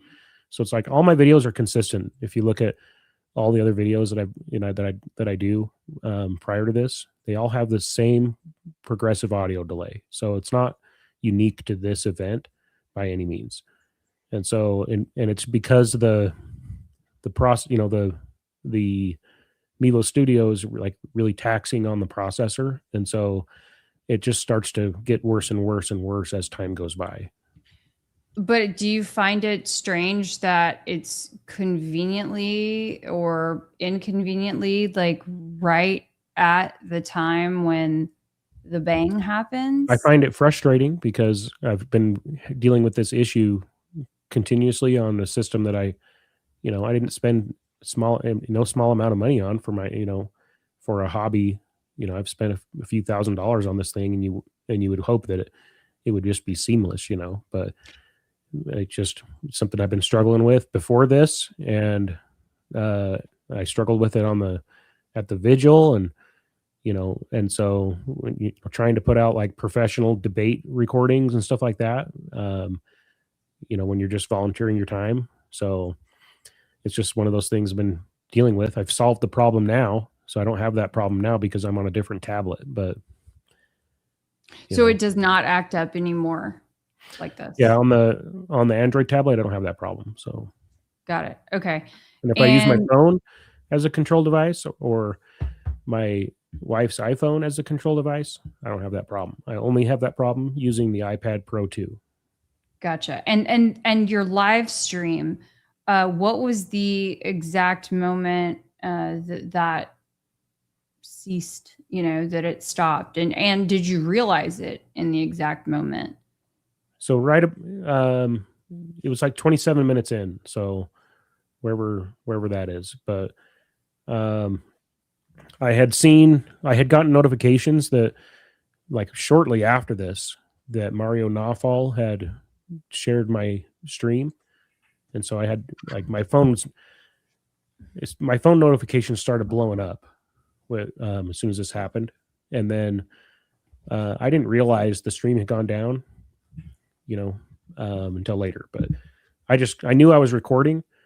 And then a couple times, I think later on, I went on my phone to like see and realized that the stream was dead, but I knew I was recording the whole time. So Mario shared your stream before the incident happened?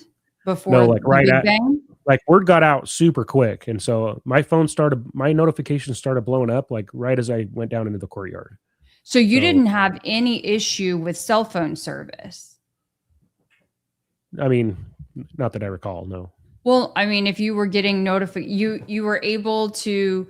Did your parents? Did you call your son, or did your son call you? And then how did you get in touch with your wife? Initially, right here, right after the shot, you'll hear me making calls, and I'm able to make calls. And then later on, it's a struggle. Like we're trying. We can't reach my wife later on in the stream, and my son. I meet up with my son after filming Terrell Farnsworth, and then I'm standing off to the side waving my arms like this and like trying to find him, and I find him and he comes over and meets up with me, and then we kind of circle around. I get some interviews with people, everybody's in shock, I'm in shock, and then it's trying to get a hold of my wife was a struggle after that. So we were able to get a hold of her eventually, but we tried several times and just it wouldn't go through. So I'm just, it's surprising to me because earlier we were talking about the volume of people there and how it's taxing on cell service. And, there's, of course, at that point, chaos. Everybody's trying to call or text or making a call is different than doing a stream for sure. Whatever. Okay, that's fine. But I mean, I've been at, not just music festivals, but even like, because usually they bring in extra service, apparatus for that. But even at just like a festival or something like that, that's small, like it's a neighborhood thing with, 1,000+ people all in one, or a game, right? If you think about like a big football game, something like that. And cell service can be tough. And I mean, especially like at the end, when everybody's then trying to call their folks. So, but you're saying that even though other people reported having cell issues and your live stream cut out, you didn't have any issues with getting notifications on your phone or being able to make or receive phone calls? Immediately afterwards, no. Like I was able to call right after, like you'll see it coming up right up there. But I was able to make calls at first. So, but like I said, the reason I had this redundant 3 sell things because at previous events I've had trouble getting a stream out, where I'll do a test stream first, and then during the event, like during the No Kings, it'd be or during an event where there's a ton, like 4,000 people at the event center, I will not be able to stream at all. And so with just one connection. Mm-hmm. So even at the Republican convention, even with 3 connections, I could not get the Republican convention this year. I could not get my stream to go through. And I had 4 connections this time. I had 2 tablets because I have an extra tablet now, and my phone and the hotspot. So I had 4 connections. I still could not get a steady stream at the Republican convention 2025. So like I've been trying to beef up because, leading up to this, I've been at several events where I had trouble maintaining a live stream, and that's why I was doing my best to try and beef it up, so. But I know that making a call is not the same as streaming video. Like it's different. It's a different part of the connection. I believe it's like your data connection. But so this is something I've been dealing with in my setup, trying to get it, do an IRL live stream. There's some $4,000 kits you can buy that have like their own dedicated network, that's independent of the phone systems or whatever, but I'm not dropping that kind of cash. But you didn't experience any kind of difficulty making your calls. I mean, I guess what I'm trying to get at is like afterwards, after I rush up to the railing, I'm calling my wife and calling my son. So, and you'll hear me say, I love you and be safe, that kind of thing. So like I'm calling them immediately. All right, let's play it. What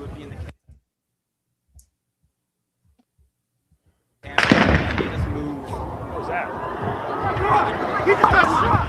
Holy shit! Holy shit! You hear me chirping there. I can hear it. There's been a shooting. There's been a shooting. We heard shots. We heard shots. No, you're not gonna hear it.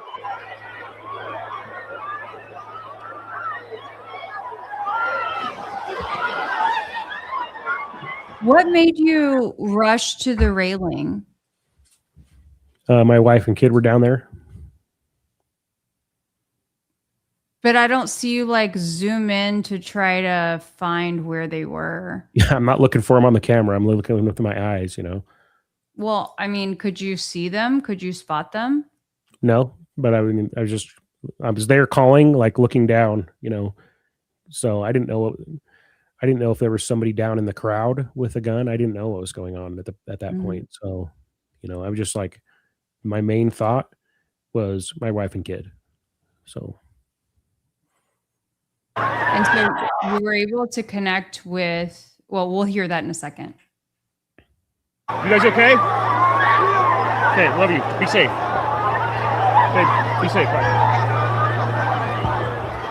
Apparently there's been a shooting. I don't know who's been shot.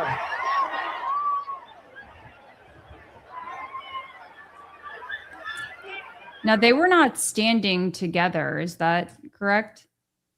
Yeah, my wife had met up with some ladies from the Moms for America crowd. And so they were camped out. My son had left her position and gone to stand in line to ask a question. So do you mind kind of explaining, as we're looking at this image, where like your wife was and where your son was? So she would have been. That must have been terrifying. At that pink tent, she would have been to the right of that pink tent, kind of by the bushes. Okay. And my son would have been further to the right, down at the end of the line. There was a big line. I'm not sure if he would have even made it through, but he was towards the end of the line. Was he on the side of Charlie where He was closer to that pink tent than he was to Charlie. Okay, got it. But I think he was down to 1 or 2 terraces down in the amphitheater. Okay, thank you.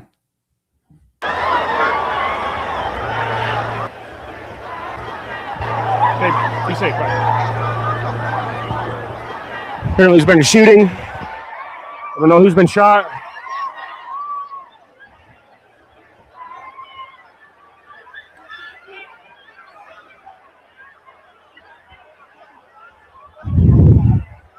We are here live at Utah Valley State University. There's been a shooting at the Charlie Kirk event, the TPUSA event. There has been a shooting. Everybody's evacuating. I don't know if that was shots or if that was fireworks, to be honest, but. Good, how are you doing? Were you able to see anything that I've got a bunch of M80s. You ever heard of that? Hang on. I'm sorry. Could you pause it, Jordan? What was that? You ever heard of an M80? No, tell me about it. It's like an illegal firework. Oh, okay. Yeah. Yeah, I have a bunch of them. I hoped at the moment, like I was hoping that when somebody had set one of those off to disrupt the event, you know. So, I mean, even when I was at UVU a few weeks ago, and there was a memorial that I just so happened to have walked into, I heard one of the ladies there who was there that day, as soon as she picks up the mic, she says, on that day, I thought I heard a firework. And so that idea of firework, the sound reverberated around too, like the way the buildings are, it's like a trapezoid, and the sound, there was definitely like some echo effect going on too. So like when I listen to it in the video, it sounds much more like a gunshot than in the moment. There was like a weird echo, and and I was hoping it was an M80, like somebody set off an M80 to disrupt Charlie Kirk, because they had that petition and all that stuff going on. I was like, some smart guy, but where did it sound like it came from? The other side. Do you know which building? It just sounded like it came from the other side. Like if you're ever elk hunting, you're down in these ravines and you kind of you'll hear some other hunters in another ravine from another direction, and you kind of get a sense of, and so I just kind of had a sense that it had come from that way. When I go down the stairs right after this, you'll see people pointing up, like came from that way. So To be honest, but. Good, how are you doing? Were you able to see anything that happened? I was standing right here interviewing people. Hang on. Charlie Kirk got shot? Holy shit. Charlie Kirk got shot in the neck, is what my kid is saying. Echoing again, Jordan. See, I was Where on the phone did the with my kid now. Yeah. Where did the idea that it was shot in the neck come from? That's what my son just said on the phone. So that was a second phone call, or the one? Yeah, that was the second phone call. Oh, okay. Like I said, my wife and kid were in different spots, so. So Now, the first call was to your son or to your daughter? No, I'm sorry, your son or your wife? The son's the second phone call where you hear me saying that Charlie Kirk shot in the neck. Oh, the first okay. one was to your wife? Was to your wife. Okay. Yeah. Oh my goodness. My son is down there. He says that Charlie Kirk has been shot in the neck. This is unconfirmed. This is from my son who was down there right in front of Charlie Kirk. We're going to go down there and see if we can get any more info. My son just said Charlie Kirk was shot in the neck. I was just talking to someone next to me. I don't know the accuracy of that.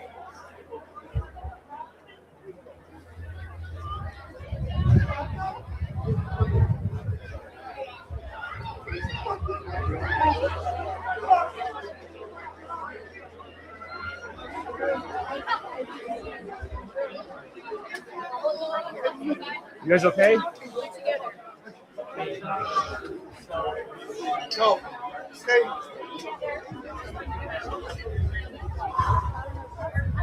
Abby, are you inside or outside? My son just said that on the phone. What made you, okay, can you pause it? What made you walk up to these people and start talking to them? Because they were saying that. They were saying Charlie got shot in the neck, and I said, well, my son just said that. and then you'll hear him saying, "You just saw him point." He's like, "Someone shot from over there, and the blood came out." That's what he was saying.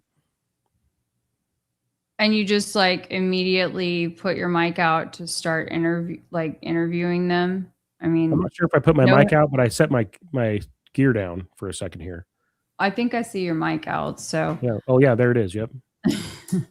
So I mean, it just, I've got it shrunk down so that the image, so that when I'm looking at you guys, I'm looking at the camera at the same time. I see. Yeah, no worries. So I understand. I've been in a high stress breaking news situations, both sort of on the job and just in real life. So, I mean, I don't know if have you ever been at a real life shooting before? At the No Kings rally, we were hiking up a hill towards the Capitol, and I was just like over it, and my stream was glitching out, and so I was like frustrated, and so I like collapsed my gear and started walking away when the shooting happened. I'd already shut everything down, so I would say that was probably the closest that I'd come to something like that before this. Okay. Yeah, I'm just wondering what's going through your mind as you walk right up to these. You can hear me like breathing out. My adrenaline is spiked. I'm like, when standing up there when I'm talking to my wife and kid, I had my finger hovering over the end stream button, so I was gonna like end it and then go about my business finding them. So, but for whatever reason, like I just thought, oh, this might be important. Never mind. I'll just keep going. And so I just kept on, Mm-hmm. Okay. But I mean, literally, like there's a end stream button. It's a big red button when you're using the Mevo Studio. And I was like, you have to go to a second page, and I was there, like, I'm going to end it. And I just thought, well, maybe I should keep going for a little bit more. And then when I'm over there waiting, and I'm just like waiting for my son, and the guy with the tattoos comes up on the screen, that's another point where I'm like, I'm going to end it, and then I'm just like, this might be important. People might want to know what it's like, Yeah, it's history. Mm-hmm.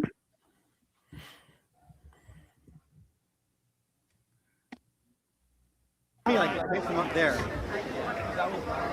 You sound like a sharpshooter. Dude, he just got shot.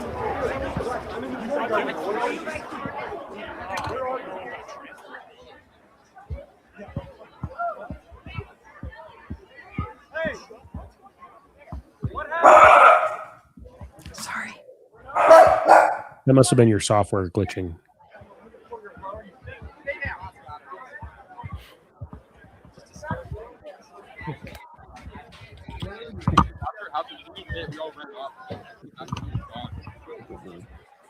I actually, interestingly, if you could you go back, Jordan, about 20 seconds? I'm so sorry for my dogs.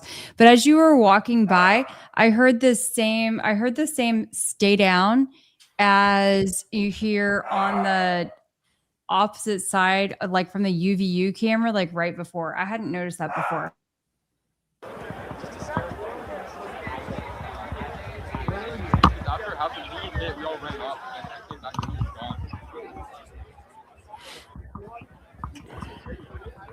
I don't think you went back far enough. Oh yeah. Thank you. He just got shot.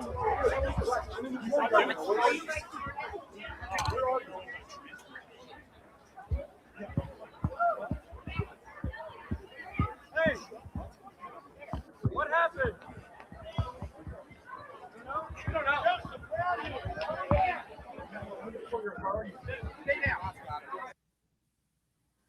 Did you hear that? I heard it. Okay. Interesting.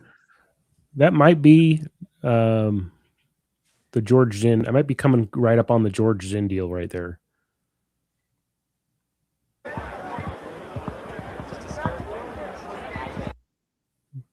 They might have been telling him to stay down. I don't really know, but that's just my speculation.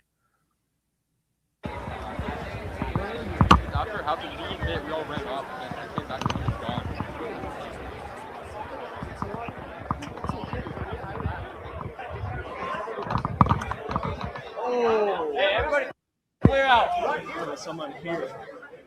So they're taking care of him. So that's a campus cop. And an EMT. And another one. Those are the UVU EMTs, I believe. Yeah. Who And are not attending to Charlie right now. right. And that we're standing literally right behind. Charlie's gone. He's already and- gone. Well, yeah, yes, of course. But yeah, they were standing right behind the tent at the time of the incident.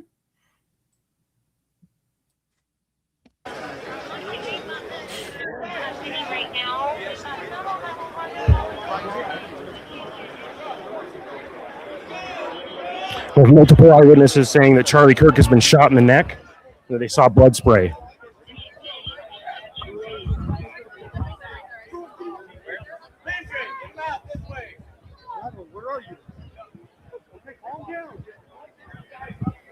Do you recall what that this way thing was that the cop just did? I think he was telling people to exit that way because that's where the exit is.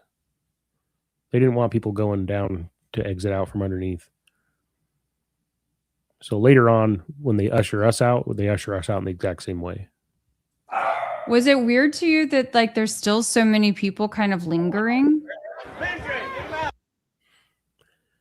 I mean, clearly, like most of the crowd had gone. There's quite a few people lingering around there. I think, like, everybody's in shock. You know, like the vast majority of people I talk to, and when I look back at my own video, like I can tell I was in shock.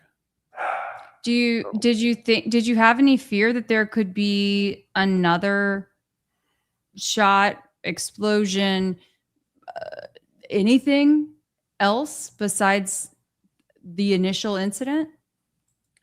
Completely. I mean, that's why I'm right now. My whole thing right now is I'm trying to meet up with my kid. So.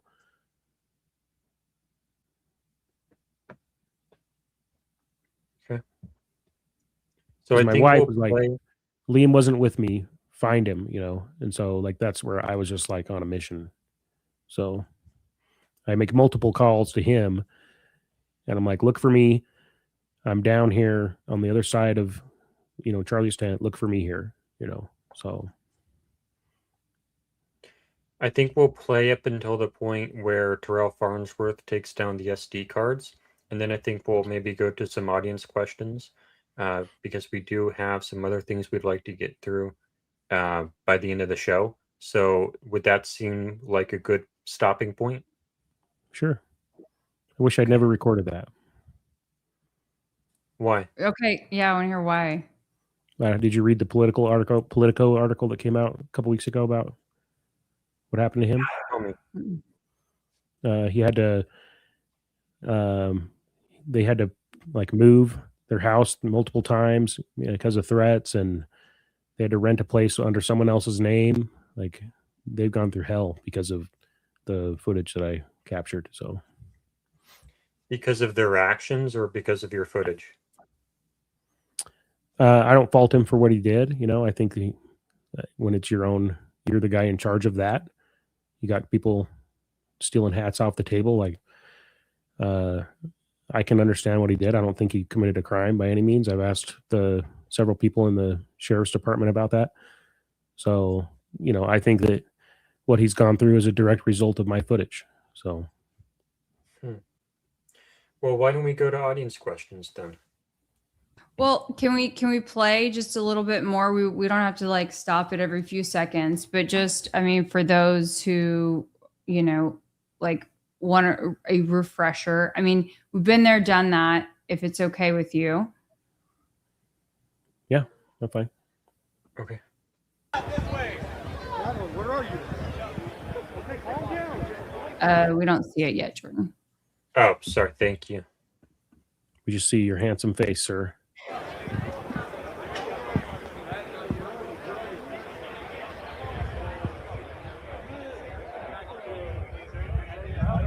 I'm getting out of here. Stay close. You guys up this way. Let's go that way. Hey, move that way. Did you know anyone with TPUSA, Adam? No. Had never interacted with anyone with the, college chapters or with national or anything like that? I don't think so. I'm not Facebook. I'm co-follower or mutual followers with somebody who's in that crowd and I was before this. They reached out to me after the fact and said, "Hey, I'm part of the college Republicans," and we were already following each other. But beyond that, no. Got it. Thank you.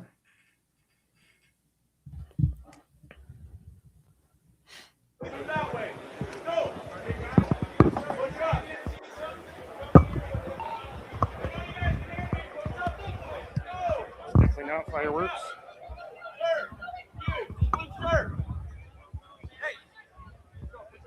So I think this is your software glitching. Yeah, it's very choppy, Jordan. But maybe you can, I don't know, either. Like when it was doing this before when I was up, back where somebody says stay down, and then when you played it the second time, it was smooth. So I think that makes me think it's your computer being choppy.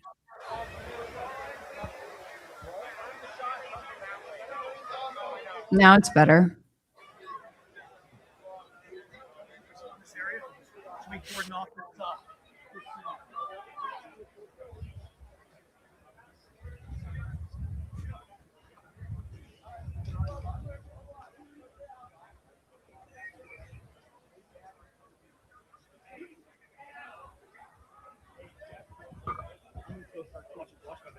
So at this point, I've just positioned the camera, and I'm not really like I looked briefly at the monitor to make sure I had, something decently in frame, and then I'm really just trying to figure out where my son is. So I'm not really like looking, oh, what's Terrell Farnsworth doing?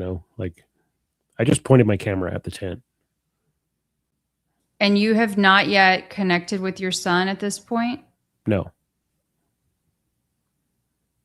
And what made you stop here versus to go find your son? I wanted son? to be in a prominent position where he'd be easily able to find me. Mm-hmm. But you guys didn't ever discuss about a meeting place, did you? You can't hear. It's hard to hear what I'm like, because I'm not like talking into the mic when I'm talking to them. I'm like, Mike's mic here, phone here. I'm like, mic down, phone up, So I'm not like capturing my conversation with him, but I'm like, hey, I'm moving over. I'm on the south side of the tent, and I'm like waving. At one point, I'm waving my hands in the air off screen. I'm just like, the camera is just kind of unattended. So I'm not looking at the monitor. I'm scanning around, trying to see if I can see him.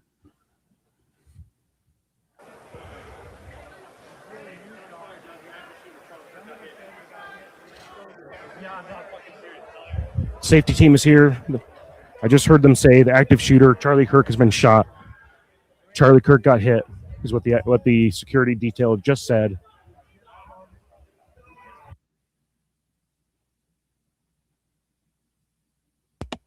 The security detail. Did you speak to the security detail or hear from them? No, I just overheard them saying that. Those two guys right there. Gotcha. And I'm assuming at this point that they're part of the security detail. So.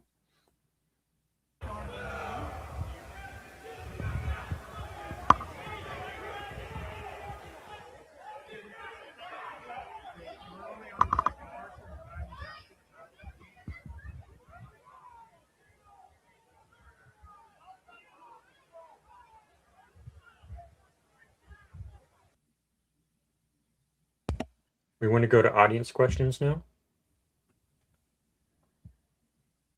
Sure, we can do that. All right. I think that's a good stopping point. It gets kind of slower from that point on.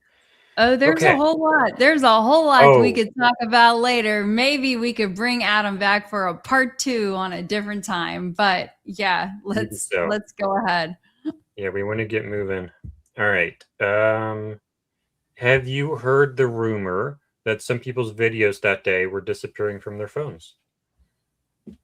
Yes, I've heard that. I haven't seen any confirmation of it. Did you experience that at all? No. Okay. And did you hear that firsthand or secondhand or thirdhand? I just heard it on Twitter.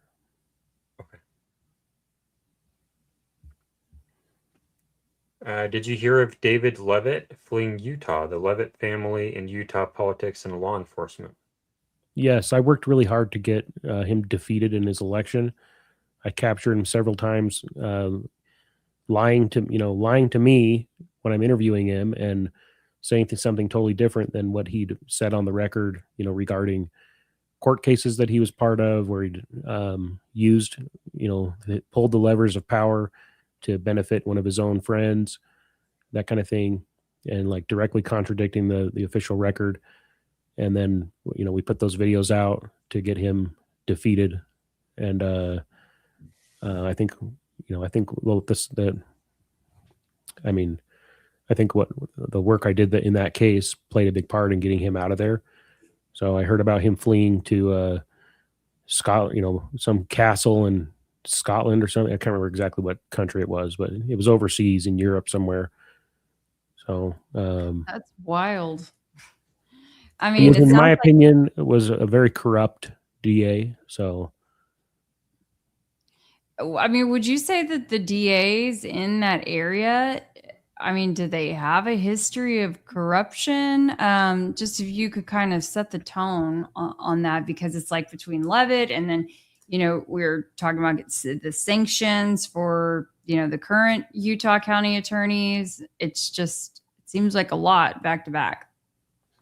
Well, I mean, I think Jeff Gray is an honest guy. I have a lot of faith in him, and I worked really hard to get him elected. So, I don't think I wouldn't have supported him in the way I did if I didn't believe in him. I believe he was, especially between him and David Levitt, by far the more honest of the two options. So there was a third guy running that was part of David Levitt's county attorney's team. I think his name was Adam something, but I liked him as well, but he was just kind of a younger guy he wasn't as like a seasoned veteran like Jeff Gray. So Jeff Gray had like an edge, and that's why that guy didn't make it through. But yeah, I think Jeff Gray's a good guy. I'm going to go to the super chats now because I forgot that I should be doing that first. VTO Army, thank you for the $5 super chat. Adam, they say, Adam, thanks for being here. My question is, do you have any signed NDAs with TPUSA? I'm going to assume that's, we're not going to actually ask that. I don't have any signed NDAs with TPUSA or I don't have any connection with TPUSA other than, like I said, mutual followers with one of the college Republicans. Or I mean what are they? I don't even know what they call the group. The local chapter, I guess. I was mutual follower. But beyond that, no. TPUSA, the TPUSA college chapter. Yeah, the UVU chapter.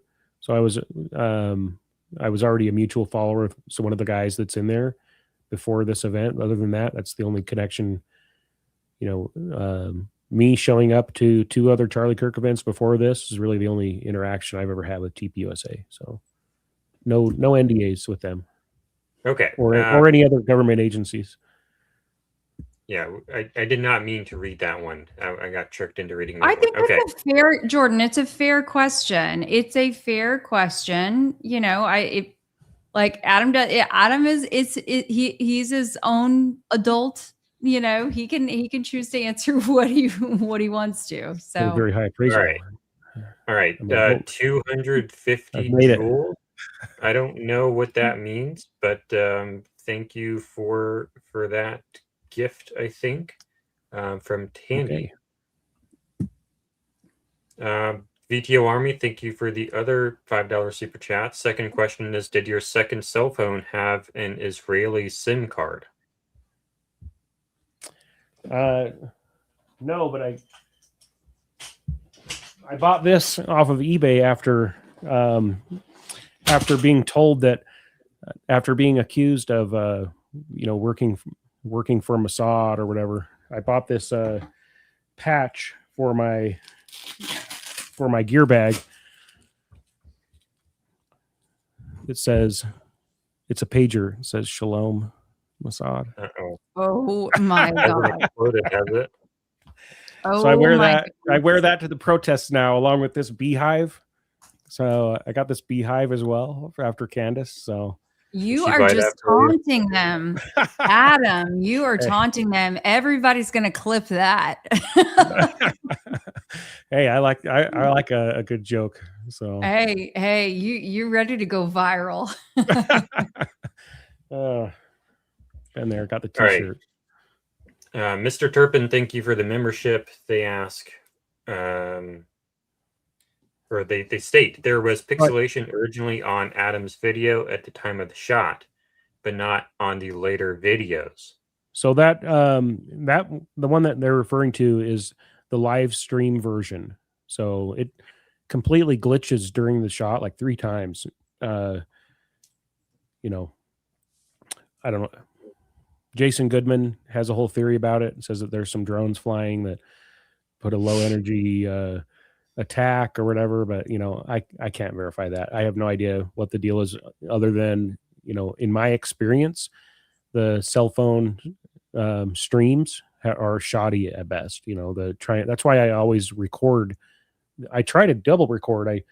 I try to record to the SD card and to the control device because of that problem. So that's just the nature of trying to do a live stream that I've learned. Did you see any drones that day? No, I've seen the stuff that people have pulled up, like Jason Goodman and Blake Bednar's out of my footage, but I'm more inclined to think I did see birds, and I'm more inclined to think it's a soaring bird that's not flapping. It's like he's soaring on the heat draft would be my guess, but I didn't see any drones that day. No. Okay, I have to ask you, what about any large bugs? Can you explain these, like, I don't know if they're dragonflies. There's a wasp that comes into the frame. They may as well be pterodactyls, okay, for as all the wild stories that I've heard about them. But explain that, because there's a lot of folks out there who think that they could be drones. And tell us all about those big bugs. We have a lot of paper wasps here in Utah. It's a common problem. Like, I got stung by a couple. I got nests all over my property I've been dealing with every summer, and they build nests everywhere, and they fly around, and you can see when I'm talking to those boys, at one point there's a paper wasp that flies between the boys and the camera, and so it flies right across, and the camera is 1080p. So, and stuff that's up close gets really good resolution. The stuff that's far away gets really bad resolution. So, because of the nature of this little camera lens, but there's a really good image of a wasp that was captured on there. It's kind of a unique little clip. And what kind of wasp is it, you said? I believe it's called a paper wasp. A paper wasp. Yeah. Okay. Because they build the paper nests. Okay. Do you recall, Adam, how many viewers you had on your live stream that day? At one point when I checked afterwards, between the stream going down and the initial shot, I had about 60,000, which is like a personal record for me. So you had that many people watching you live? Wow. I mean, how many do you normally have? Not that many. Well, so, I mean, sometimes I'll get in the sometimes I'll get in the hundreds. 600. I mean, sometimes I'll get into the hundreds. When there's a planned debate or something like that, or like I said, it's hard to go live in these big events. If it's just a small debate or something like that, it'll be shared in all the local Republican groups, and I'll have pretty decent viewership, and that we're talking 200 max. So okay. Sometimes these debates, or these protests will get decent views, and then the stream will crash. So, which is why I've been, doing things like the hard wiring with the Ethernet and stuff like that, because I'm always trying to trying to get around the issues that I encounter at the previous one. Did I know that there are some folks like Gary Melton. There are some other TPUSA folks. Like, have you heard from anyone like that after the fact who told you that they were in fact watching your live stream that day? I went on Gary's show, and when we were talking about it, he said he'd seen my stuff. So I don't know if, it's not like I got a super chat or something that I can go back and look at. Yeah, he just didn't mention that he was watching your stream that day, like live. Yeah, before I went on to do this same type of interview on his show, like in the couple weeks after, that had come up. But Got it. Like I said, I know Mario Knopfel had shared it that day, but like soon after, I think it was when I was going down the stairs and I first talked to those guys that were talking, that were saying that were pointing and that kind of thing. Like at that moment, I was like between calls for my wife. Like, I was looking at my phone because I'd been calling my wife and son, and I was getting tons of notifications. And when you get someone big, like a giant account like that, you get a special notification from Twitter. So, yeah. Got it. So sorry for his photo, but there were a lot of questions again asking about Mormon ties there on that day. Can you give us some insight as to, if there was any sort of Mormon coordination that day? Well, I know a lot of the TPUSA people are Mormons, so and I'm sure that there's a fair amount of the UVU chapter that are Mormons. So if you want to classify it as Mormon coordination, I would say that was probably the case. But I don't believe that there's this Mormon cabal like like Candace would make it out to be a Mormon mafia or something. Do Mormons hire other Mormons? Sure. I think that all groups tend to, gravitate towards associating with or hiring people that they can identify with.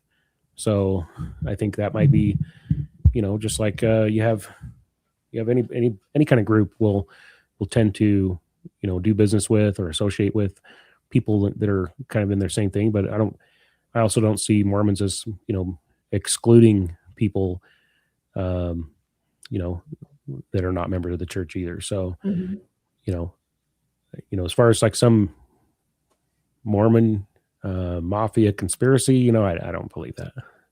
What about though the idea of, Charlie, evangelical Christian, and coming into Mormon territory and, not necessarily seeing eye to eye with the crowd? Do you feel that people were receptive to that, or that there were people perhaps who, would oppose him? Well, I think that, within the Mormon community, I think that Mormons, would be the first to tell you that Mormons consider, we consider ourselves Christians. So there's a lot of people that say Mormons aren't Christians. And I think that, I think it's a silly debate, silly argument to have, but there are people, I think that kind of thought would be more likely to come from the evangelical side than from the Mormon side.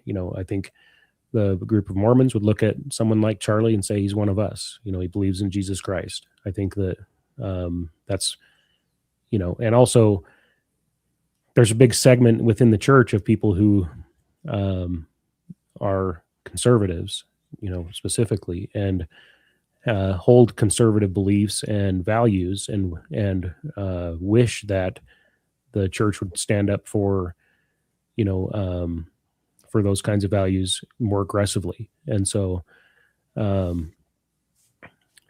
be stronger in that, where the official church kind of makes an effort to not be political one way or another. And so, where Charlie's out there standing up for and vocalizing conservative values, that's something that somebody that people within the church that hold that same viewpoint can look to him, as somebody who's leading in the Christian sphere for those conservative values. So I don't think there'd be a lot of people necessarily like disagreeing with him. Okay, and then if we talk about that you'd covered a furries walkout at school, and they're making a reference to me talking about the furries that I've known in the past on the second. I heard half. Jordan was a furry. Is that not true? I have some hair for sure. But So, okay, can you talk about previously furry- when I was talking to my son and I said, "Hey, Charlie's been shot in the neck. But this is unconfirmed. That's from my son." In my mind at that moment, I was trying my hardest to be a responsible reporter, because I'd been accused of being irresponsible while covering that furry protest. So the daily the Daily Beast had come out and said that the furry protest was organized in a Facebook group of parents, and some other influencers were all part of a Facebook group that organized the protest. And that group, this is what the Daily Beast said, and that group also included my wife, who was running for the school board. However, that school that protested was not in the district that my wife was running for, thing one. And thing two, I screenshotted all of her engagement in that group. Somebody added, one of the moms added my wife because she's out there, vocally, fighting against things that, are perceived to be in the schools. And so she's out there like making a splash. Somebody adds her to the group chat, and my wife's response was, "Hey, this school isn't actually in the district I'm running for. Here is the representative that is representing this school district or this specific zone. You should go and contact her." That was the extent of her, participation in the Facebook group of parents and influencers that the Daily Beast said organized that. And so the local leftist reporters here will go and say, "Oh, Adam staged that furry protest, Adam and his wife," and they cite the Daily Beast as their evidence. But the Daily Beast doesn't say, how my wife participated in the planning. So they just say the Facebook group also included Adam Bartholomew's wife, the guy who streamed that protest and made it go viral, So. Snake Baby, thank you for the memberships. Adam, were you trying to figure out what Terrell Farnsworth was doing while you were filming him take down the cameras, or did you just so happen to catch it?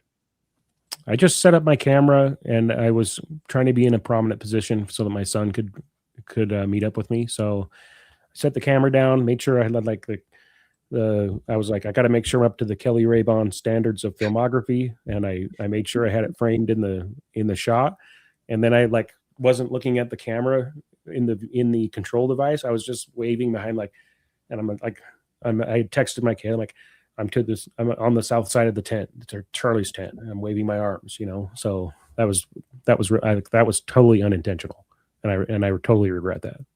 So I mean, Adam, I've got to give you a clap because of all of the people who have not said my name, and you said my name and you nailed it. You said Kelly Raybon and you got it right on the first try. Thank you. What do they say? Raboni,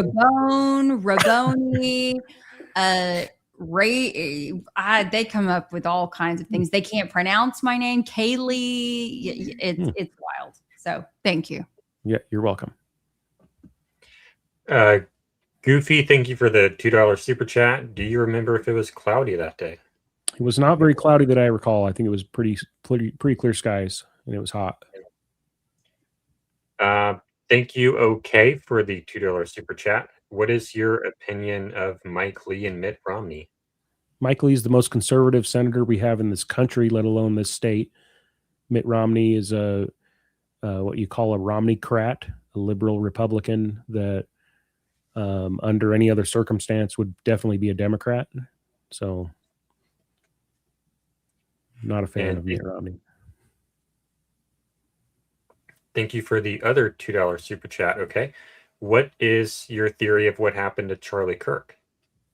I'm an official FedSlop believer. All right. That is in my here's my mind. Yeah, go for the it. Most Let's put him on based full on screen. my Let's let him go for it. Based on my lived experience, that's the most logical thing that happened. If you look at the side shot from the south side of Charlie when the shot happens, you can, if you look at the front shots, first of all, this is called your trapezius muscle. So the shot enters below the maybe it's this side, below the line of the trapezius muscle on the shoulder. So it's at a 10 degree angle, whatever, pointing down. So we're not talking about something that would just be through and through on the human neck. We're talking about an upper torso shot. The shot goes inwards, fractures his spine, and then the kinetic energy is absorbed by Charlie's upper back. You can see in the footage his chest and neck and head expand, so he goes from being all skinny and he looks fat like I am for a brief second. And then on the south angle, where he's looking at it from the side, you can see a gigantic bulge in his upper back shoulder area where the kinetic energy and the force and all the gases from that bullet are absorbed in his upper torso. So the bullet shatters his neck. You know, there's some of that force goes downward, probably affects his heart and lungs. Most of it is absorbed by, you can see like a cone bulging out of his upper back, and that's the bullet being absorbed. You know, I shot a yearling elk in January 2023 with the same weapon, and it was face on, and I was at an upward angle, so I was below the elk. I was about 80 yards away, so I was a lot closer than 140 yards, and the elk was looking directly at me when I shot it. I hit it directly in the neck. There was no exit wound. We quartered the animal on the hillside, and we found in the back of its neck the bullet fragments. So, you know, based on my lived experience, the most logical solution is what Jeff Gray and the good people at the Utah County Attorney's Office are saying. Well, thank you for that input. Did you know that when the event happens on Charlie, if you pinch your shirt down here and yank it all the way to your ear like that, did you know that that's what happens to Charlie? I've seen the replays of his shirt. Yeah, I've seen your little experiment as well. Little experiment. Come on now, Adam. I think that so what happens is the bullet goes in, and we're only seeing, you know, a fraction of that footage at 30 or 60 frames per second. You know, we're not seeing 99% of what happened, but there's all that force from the bullet travel, and that's what expands his, you know, body full of gases, and it expands like a balloon before it deflates, and all the you know, it pulverized like a blender, his insides, his neck and upper torso area, and then, you know, expands with a ton of force, and then all that blood gushes out. And I think that's the shirt moving is, you know, is part of that, is all part of the kinetic energy from that bullet. So what is it? It yanks up here though. The shirt, well, loose shirt on a skinny guy, you know. So I'm no ballistics expert. I can only tell you what I can say from the best of my lived experience. That's what I'm seeing there, is that is what happened. All right, we're not here to, and I know there's all kinds of theories, you know. Yeah. So I'm not. If you want to debate ballistics, hey, I'm not your guy. So all right, let's move on then. I also don't think Charlie's alive somewhere. I heard that theory floating around from you guys, I think. But, yep, you heard right. You heard right, but thankfully you're here anyway. If that were the case, then I think that that would be an assault on Charlie's character as a husband and man, because if he is alive somewhere, what kind of a man is going to sit idly by and allow his wife to endure the hell that she's going through. That's my theory on that. And we would beg to disagree for a multitude of reasons, which I would love to go through on a different day. But Hey, we can disagree and still have a polite discussion, right? Absolutely. That and we're all trying to just set a good example here. It's a marathon and not a sprint. So thank you again for being here. I think we have a few more questions. There's a guy. Look at that guy's picture. First of all, that's the typical guy that reads the Daily Beast and says, Adam staged that furry protest. You know what happened with that furry protest? I got a call a couple days in advance, and I said, sure, why not? I'll go stream your protest. Sounds interesting. The morning of, I was like, 8 a.m. Like, who the heck is doing a protest at 8 a.m? Like, I got better things to do, like sleeping, and but at the end of the day, I was like, well, I promised that mom that I would go there to film her daughter walking out of school. So I went there and I set up my gear and filmed them protesting the furries in their school that were spraying them with Axe body spray as like spraying the kids in the eyes. They were scratching at them. Some kids were bitten by these furries that were acting out. A bunch of pictures and video from inside the school came out after the fact, from the parents and kids that were in the school. So, wait, this was real? This was for sure real, confirmed. A bunch of kids that were fed up with by furries.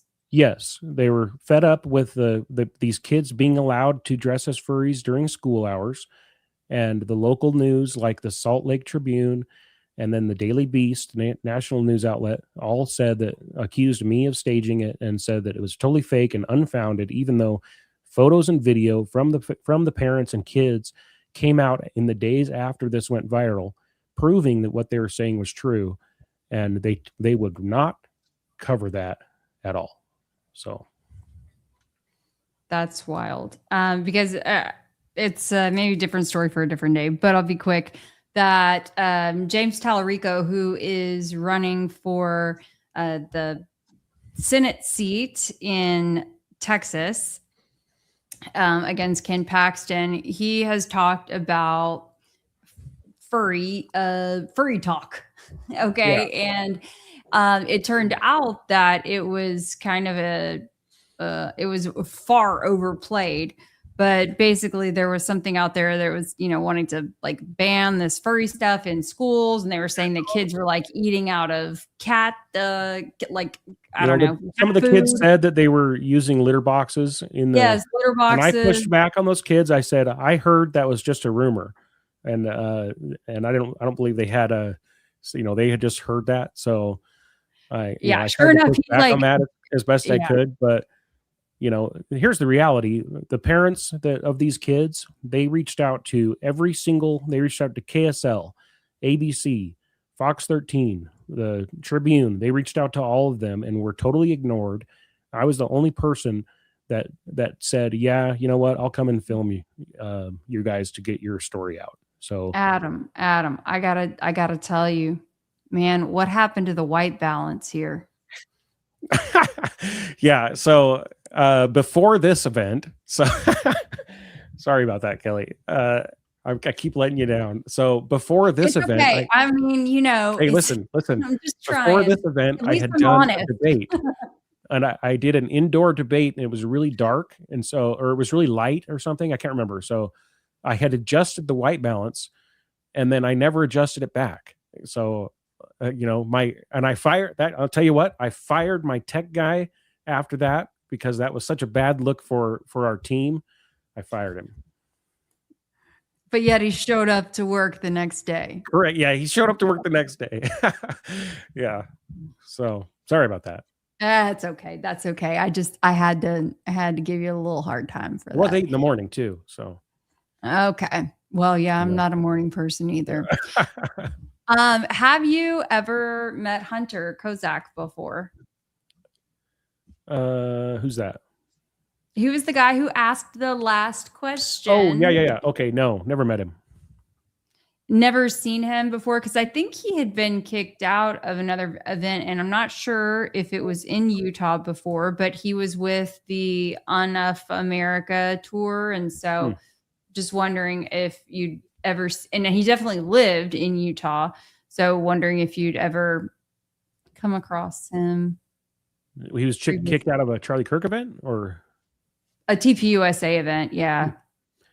Some Charlie Kirk kicked a guy out of a Trent Stagg's campaign event that I was filming one time, but I don't know who it was, or maybe it was him. I don't know, but I never encountered that guy before seeing him, after. Okay. That, so. Yeah, no worries. It was, I appreciate that.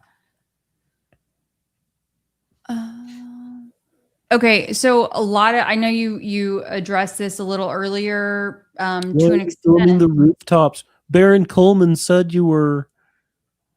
Okay, let Adam go full screen, because I feel like he's got a full send on the rooftop issue. Tell us. We went through the rooftop issue. It's so ridiculous. We counted it. I thought it was 7 seconds. It was actually like 5 seconds, where I'm literally carrying my tripod in one arm for the camera. It's pointing up in the sky. I'm carrying the tripod with my control device, the iPad, in my other hand, and I'm moving. So I'm moving from, get this, one location to another location. And so my camera pans across the Losi Center rooftop. That's one point where Baron Coleman made about 40 or 50 minutes of content accusing me of being a spotter for the hit team. And so that guy's a piece of crap. The other point where I was filming the rooftops, I was actually filming a rooftop, and that was towards the end of my video. You'll see as I'm going through, we're exiting the building. We go back up and around. We then go to the food court, because my wife's in the food court area. As we're passing through, we're on the west side of the Losi Center on the walkway. The cops on, wait for it, the rooftop yell down at me and say, "You can't go that way. You can't go that way. Turn around." So I see all the cops on the roof. I think, oh, this is the area that kind of must have been where the shot came from, because look at all the police. So then we go back, as we were told by the cops, we go back the other way. We go around the north side of the Losi Center up to the very top of the hill, and I plant my tripod down and I point it at the cops on the rooftop. And so I filmed the police. You can see them if you look. They're on the roof. It's really weird. So instead of filming the ground, I filmed where the police were, which was the roof. So that's the second time that I filmed the rooftop. I hope that answers your question. Thank you. Yeah, I mean, look, when you went to the corner of the Losi rooftop where the blob in black apparently Spider-Man jumps off the roof. Spider-Man off. Pulls the Spider-Man movie, fires his web. 15 and a half feet. Swings down on the, yes. off of the 12-foot roof. Yes. Do you think that a 15 and a half? I've measured it myself. So in that section, now I don't know if you've ever heard of this rule of 4/3 or something. Thirds. Yeah, whatever. Not 4/3. The cops are in the center of the video. The cops that are on the roof, and the Spider-Man corner is off to the right a little bit. So that's what's going on there. I'm trying to follow the rule of thirds. My videography mentor told me about that. And so I wasn't zoomed in on the Spider-Man corner. I was trying to capture the whole building, specifically where the police are at. I thought it might be interesting. I should have zoomed in on the police a little more and cropped out that corner so I wouldn't get caught up in all the conspiracies. That's what I should have done. And I tell you what, I fired my my film guy after that. So you should have had Kelly in your ear. I fired my film crew after that came out. Shouldn't have been the feds in your ear. It should have been me. I would have directed you otherwise.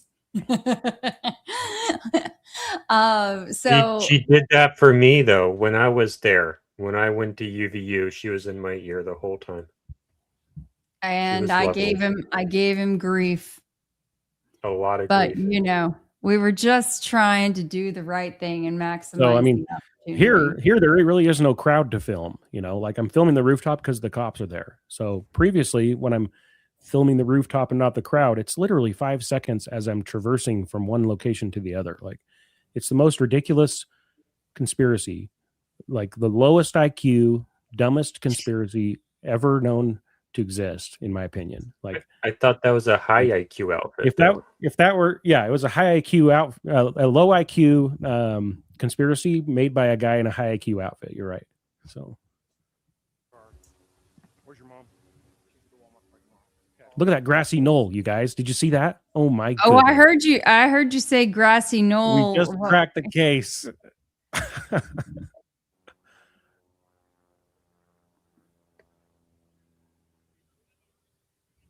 How many times had you been to UVU before this day? So I'd been to the Utah State Republican Convention earlier in the year. It was like April of the same year. So I'd been there then. I think I'd been to some in one of their theater settings. I'd been to a debate there for a Senate, I believe. So I've been there a handful of times, you know.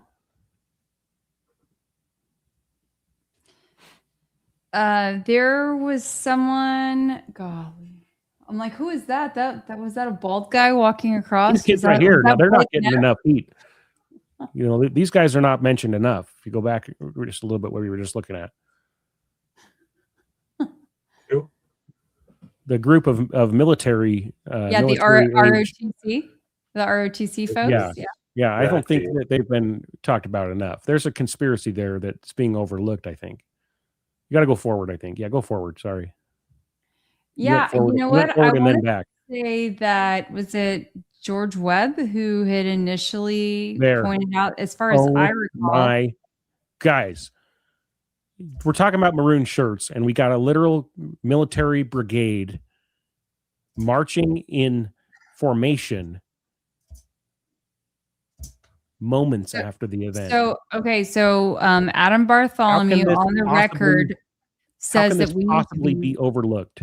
Okay, we need to be digging more into where has Candace been? Candace has been actually purposely misleading us, telling us to look at maroon shirts, when really we have this military brigade in formation right here the whole time. They look really sharp. My goodness. I don't know. Keep going. Keep going. It gets like even. that. No, the other way. Pink, about as sharp as that pink fire hydrant. No, his belt buckle's not. Keep going. It's not centered. Let it play. You must have like a stabilization software going, or were you just zooming out? Because Adam knew it.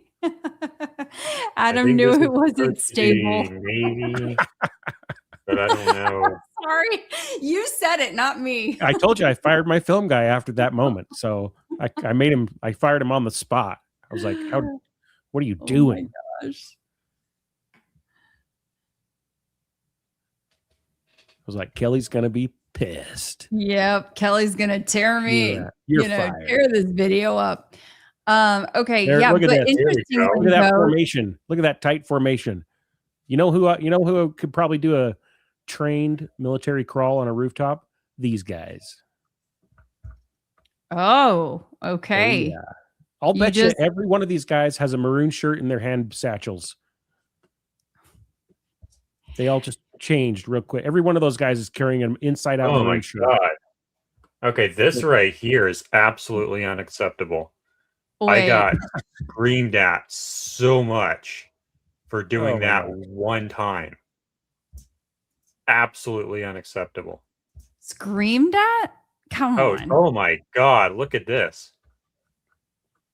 Oh, I thought you were saying that I did something. Okay. No, in boot camp. What on earth is this? All right, next question. You cannot put clothing over your shoulder. What is this? Okay, you can't do guys, that. these are kids. They're kids. They're All right, kids. she's not I'm running the pretty court. sure. She's not running the 5-minute mile. I can tell you that. I mean, nor am I. Let's be honest. Anyway, I like to see some military crawls. yeah, Good. I certainly haven't attempted one as of late. So there you go. Okay. I would like, golly, there was someone else who I wanted to ask about in that, but I'm sure I'll come back to it. I would like for you, because I think Jordan, we'd skipped past it, but it is important. It was before Adam made his way, I think, to the Losi Center, but Phil Lyman ordeal. Do you mind just sharing with us that little interaction that you had? Sure. What do you want to know? I mean, okay, so if we're not able to, let's see. Hold on, here we go. You want me to pull that up? Yeah, if you don't mind, I think it would be Why great. are the newest on the bottom? This is so silly, StreamYard. Get your act together. What's on the bottom? At least on my side, the newest comments are on the bottom. Yes.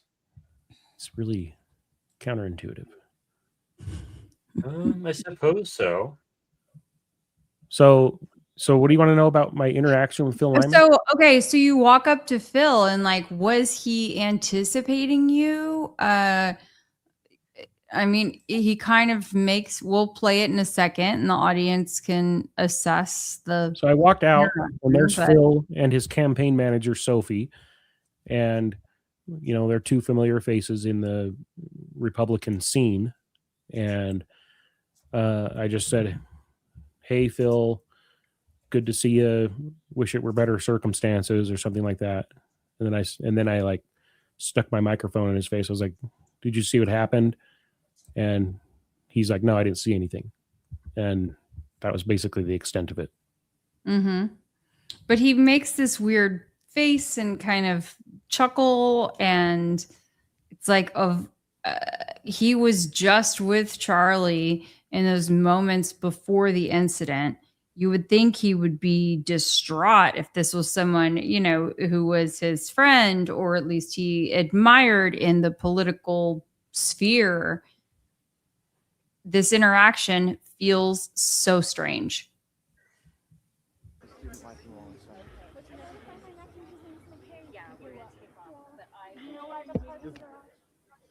There's people running again? Are you sure? They escorted us this way. Some of the kids who were right there pushing everybody out. I was pretty. Can you turn up the volume? Can you go back to where I walk out of there or no? Yep. Can you go back a little bit? There, yeah. So I'm pretty sure Sophie was out there too. Go back a little bit. Uh-oh. Man, you're going to get a write-up after this is over. Well, we have Zoom ability, which is way better than anyone else has ever had. So that's the sacrifice. Give him a pass this time, Kelly. Okay, fine. I was having my own tech difficulties. My monitor somehow had turned off. So, yep. Hi guys, Dad, we are outside the student life wall inside. Can you go back just a little bit to where I'm walking up to him? Because we've also got this audio delay that's worth, you know, recalling. Yeah, there's Sophie. Sophie's right there on the right. That's her in Yes. the maroon. With Look at that the maroon shirt. kind of- Oh yeah. Look. my goodness. Hey, I've clocked it. I understand. I know they have the maroon too. Trust me, I monitor all possibilities here. See, like what we're getting here is I can just zoom right into Sophie like this. No one And else she- doing this stuff can do this. I will say that during a space, she actually said that she was not near Phil when this interaction happened. And Yeah. you know, to his credit, Blake, Tell you what, I don't have time for a 6-hour Twitter space to go through that. I'm sorry. No, that's okay. I'm just saying is that she said that she wasn't there. So I'm just noting that like she said that she wasn't there. Obviously she was, and I would say that's probably a memorable moment for her, but whatever. Anyway, let's play it.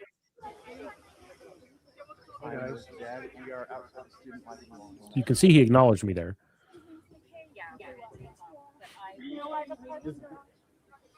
I don't know if you can turn it up, but I'm gonna turn it up again.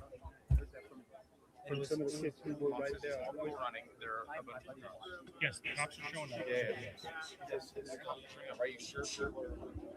You'll have to mute yourself too.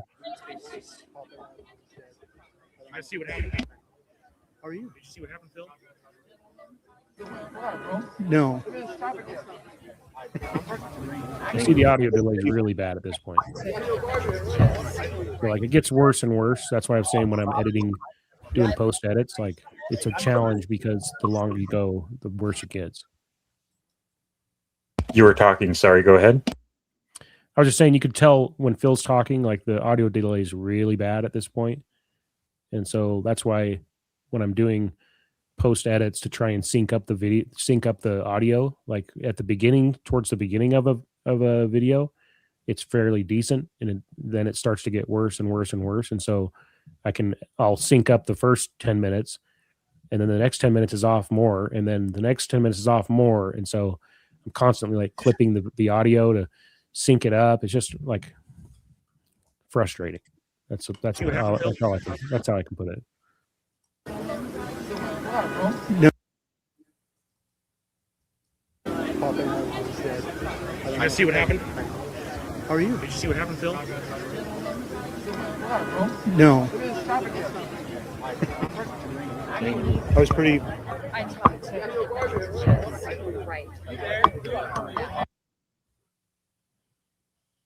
That's really hard to understand. I can try to fix it real fast, but I don't know that we have time for me to try to fix that there right where now. people have clipped that and synced up the audio. Like, Yeah. He just says no and then gives a weird smile. Like, who knows? I mean, what was your take on it? Like, My take was that he didn't want to be interviewed, so I just picked up my camera and moved on. and you guys had beef before a little bit? No. Okay. No. I guess for some reason I was thinking in a previous, maybe it was him that he had said that, like, he had implied or said directly that you guys had some sort of beef, and like as though he didn't take you seriously, and so that's why he was kind of like smirking. I can tell you that his people, like the people on his campaign, the people that support him financially, that kind of thing, like Sophie there, that's on the video. There's another guy named Casey Gale that was working for his campaign at one point and is a big time Lyman supporter. They publicly came out during his write-in campaign after the primary election, that kind of thing, and said, we're keeping track of people who are not using their platform to support Phil Lyman and talk about his election claims and that kind of thing. And so, they were very vocal about that. And,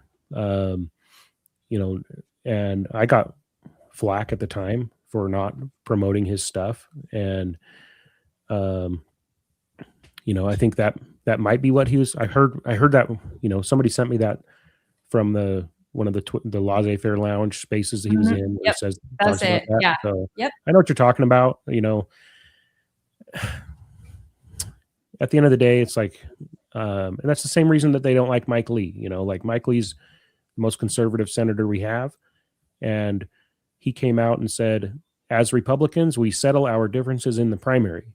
And then when Spencer Cox won the primary, Mike Lee did what Republicans that are in office do, and they supported each other. And so, those guys in the Lyman camp never got over that. And so they can't see past that moment. They believe Phil Lyman is the rightful governor of Utah and this kind of stuff. And so they hold a grudge against anybody who didn't, use everything anybody has, any platform anybody has to go and, back then it was a big drama, and a big thing during the primary, campaign, the loss, and then he ran for a write-in, candidate, and they were unhappy that people weren't, using platforms to support him in that way, and so like there's only, and my wife was running for school board. She lost the primary. I was, for one thing, during the primary, I was putting up signs every night for my wife, and at all hours of the night. Like I was driving around, I was working full time. I was doing my normal stuff, videoing the debates and that kind of thing, not only for her debates, but for all the other candidates in the county.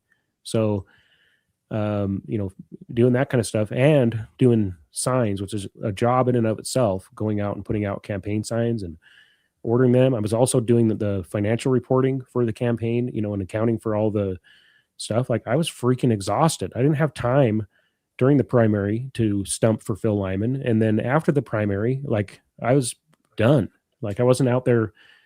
It's not like I was out there supporting Spencer Cox. Like I got a full-time job. You can only take so much time off. And when the primary is over, like you can't just, keep going when you're an unpaid, activist, volunteer, whatever you want to call it. Like at some point you gotta be like, hey, I'm going back to work now, so like, paying my bills has got to be top priority at some point. And so, and I got heat for that. I got kicked out of some groups, some group chats and stuff for that, for not pulling my weight, whatever. It's like the drama. Like, yeah. So I think that's probably what Phil's referring to in that laissez-faire lounge space. Mm-hmm. So, like everybody was all tight before, in that, in 2024. And then as the primaries shook out and that kind of thing, and then they were retroactively going back and saying we're going to hold people accountable for not using their platforms to promote Phil and, that kind of thing. And it's like, but sorry, I got better things. Okay, but do you think that Phil kind of inserted himself into the dialogue, like, for the national, I don't know, for the national audience to see, not just Utah folks? And then at the time, he wasn't even technically running for something. Then suddenly, well, I mean, their campaign never really ended. So, after 24. So, I don't know when they started planning to run for Congress, but that's not something you just like do overnight. So I'm sure there was probably plans there. I don't know. Did he insert himself? The news was out there asking everybody for, interviews. So Phil went on a fair amount. I did a couple, I did several YouTube interviews. I did a couple mainstream news pieces, where I just like did a quick, that day, like outside of UVU, some people were contacting me, and so I did like a quick 5-minute thing on one of the national newses here or there, but so I mean it's not like he was alone in that. They were asking everybody. So did he like make it a thing for his campaign? Maybe. I know Sophie said in those laissez-faire lounge spaces that she was really hoping that the death of Charlie Kirk would be, an opportunity to platform the corruption, what they see as the corruption in Utah's political system and government, So take it for what, take her for what she said. That's what she said. So, yeah. Does that mean that they were hoping to be a platform for Phil Lyman? I don't know, but it seemed to be like a big centerpiece of their campaign. Like, they came up in my caucus meeting where, where people were asking about, Phil Lyman saying that he doesn't believe Tyler Robinson's the shooter. So, like, was that the right move for a congressional campaign? Who knows? I never ran one. So, but that moment, I think that it's really overlooked how everybody who's there is really in shock, especially when, like, at some point between me filming Terrell Farnsworth and interacting with Phil Lyman, at some point in there, I saw the video, of Charlie Kirk, like, it was online. And so, like, there was times where people were like, "Oh," I even said it on my stream at one point. Like, I heard that he's stable or something, and because I think I'd seen it, because I was like going through notifications and stuff, and I think I'd seen it on a feed on Twitter, and then I saw the video, and I was like, "There's no freaking way he's stable." And so, and I think that at that point, Phil had probably seen it as well. Like, so I think that's probably like an overlooked aspect of this. I think that all of us were in shock. That's my take. So I remember, and I'm sorry, we're not going through. If we were going through the entire video, I would be able to kind of pinpoint the exact moment. But I know there's a moment when you say that the cops said he was on the roof, and I could never hear, anyone telling you that. Do you recall how you had that information? Yeah, they're like, I could hear things, the mic, as you could tell when I was interviewing those guys, like, the gain was up too high for me. But then when I'm interviewing those guys, you can barely hear them. Like, the mic wasn't picking up everything that I was picking up with my gigantic ears, So, like, I was hearing stuff, people saying things, the cops saying things, and then I would be like those guys when I call them the safety team, like, I heard them say that Charlie had been shot in the neck or whatever, and then I would say it in the microphone. The security team just said, and so, like. So you heard that from someone in the periphery, or do you? Like, I heard somebody. I heard it. Yeah, I heard it, and then I interacted with the cops on the roof, and I was like, "Oh, I heard he was off the roof. The cops just yelled at me from the roof. I better go film that roof."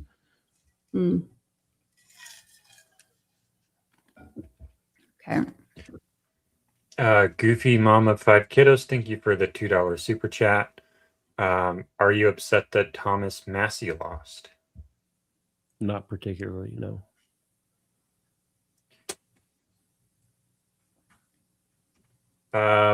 Serene, thank you for the 200 joules. I still don't really know what that means, but I think it's like a graphic or something. We'll have to check it out. I think it's something that's in the live stream. chat.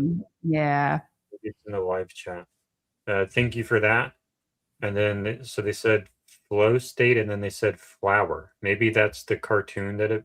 I think it's like an animation deal that you can see within YouTube, but we'll have to. Yeah, I think that one's new for us. Okay. Do we have any other chats to get to, or any other parts of the stream to look at? I mean, we have gone over and above asking Adam to be here and talk through all of this. So thank you. Let's see. I think for the most part, that covers the big points. I think we got through a lot tonight. Yeah. All right. Thank you. Well, you'll be, Adam, I think you'll probably, you might be tapped out from talking about this for a while. So, I mean, okay, let me ask this. How are you and your son, your wife doing after having experienced that? Well, I mean, this stuff from Candace, made it all the way back to my kid's school, so, like, we just tried to, like, insulate him from it, and you just take it day by day. So you turn off notifications and just be like, well, it is what it is. So, Yeah. you know, the reality is when you get out of the office and take your camera out and do stuff in the real world, you know, shit happens. Sorry, I know you got a rule against cussing, but That's okay. you know, We violate it every now and then. It's late enough, you know, and we have a button for it too. So, you know, and like I said, I got a lot of regrets from that day, but here we are. Well, thank you so much, audience. I hope you guys give him a round of applause, you know, for being here, for toughing it out for almost 3.5 hours. Thank you again, Adam, so much. Life is Driving on YouTube and on X. Pull that up real fast. Let me pull that up real fast. This is your channel. That's me. And we've had a lot of folks who have said, come back. You're a great sport. A lot more than just the Charlie Kirk event. Yeah, there's a lot of stuff on there. Subscribe to Life is Driving on YouTube. And I'm looking down at my phone or something in that, I guess. Oh, well. So there's the channel. Go ahead and sub to Life is Driving. Thanks, guys. Thanks for Thank coming you on. so We really much, Adam. Appreciate it. Yeah, nice meeting you guys. Yes, absolutely. Okay, when I come back to Utah, I don't know if you're going to be there in September at the hearing, or were you there at the hearing? I was only there. I went there on Thursday to check out the scene. I was planning on going Friday, but I couldn't get the time off work. So I can't believe I missed you. All right. Well, who knows? I'm just popping up every now and then there. So maybe I'll see you in the future. Cool. Thanks again, Adam. Thanks, guys. Have a good night. Appreciate it. Okay, bye. Okay. So, Jordan. Whew. That went pretty well. Yeah, I think so. We appreciate everybody being here. My goodness. It's been, this was a meaty stream. I know that we wanted to get to, you know, a bunch of other like hot newsworthy issues, but my gosh, Jordan, it's Why don't we almost 2 a.m. So do 5 minutes of that? Okay. Let's rush through it. Okay. So the first thing we wanted to talk about was the new rooftop footage, right? You okay? Yes, I'm good. I was just worried about you because that was a lot. No, I'm good. I can keep going. I'm good. Okay. I mean, you wore me out the last 3 nights in a row, staying up super late. But I'm good. I had to make sure that you knew all the things. There's been so much going on. We have, what do we have? We have the new rooftop video, if I can still speak. But I just had a whole cup of coffee. Oh, well, in that case, you're ready to go. I'm ready to go. And why is it that every time I look at this thumbnail, I'm looking down on my phone? I was only looking down on my phone for 2 seconds. Okay, we'll talk about it later. Because you always give me a hard time about looking at mine. And I was like, this time it was you. I was giving you a very hard time last show. I know. Okay, so the new rooftop footage. Let's play this real fast. This is good. All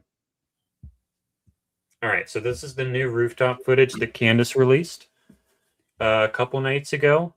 Do you want to take down the banner? When I was on Candace duty, yes, I can take down the banner. Boom. So this is the rooftop video of suspect going out to the rooftop. And this is serious time because some people believe that this is when Charlie was killed and that this is the person who killed him. We don't believe that Charlie was actually killed, but we do want to have respect for the people who think this is what happened. But this is basically the exact same footage that was played in court, only this time the camera is much closer to the screen playing the footage, so it is much clearer. And what we see in this footage, some of the things that were pointed out by Candace were that there's a flash right here. Oh, the little like circle. That? No, that's X. Oh. That's just the loading thing. Oh, But- what looks like a flash in front of him? Or the Yeah, hold on. Let me just pull it. Let me pull it out in my video editor because X is like not helpful right now. Can you read some chats or something? While Yeah, I was pulled just up? going to talk to the chat for a minute. You guys, that was really fun. You know, I mean, I think that we were able to cover a lot of ground and, you know, do it tactfully. This is a non-traditional format.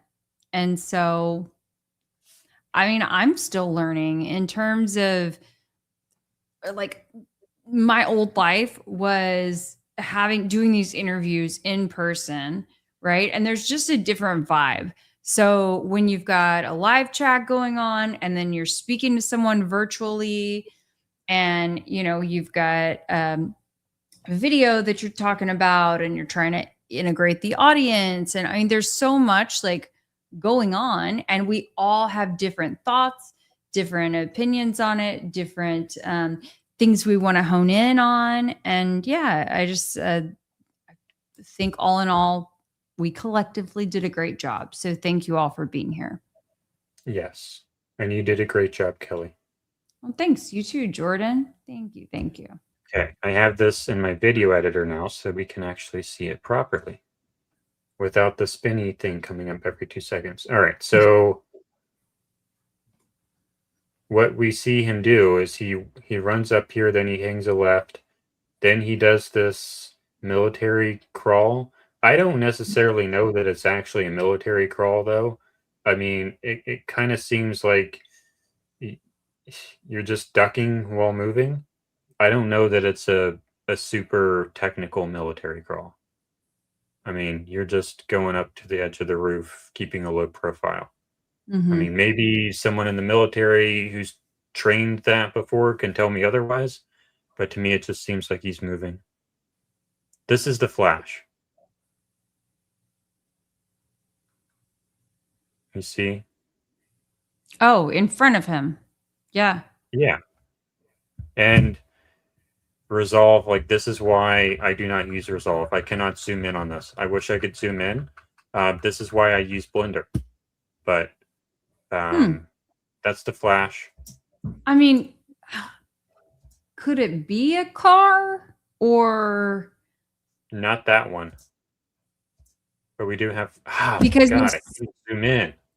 Oh, it's okay. Because you do see it on the roof part still. I'm going to drag and drop that into Blender because I have to be able to zoom in.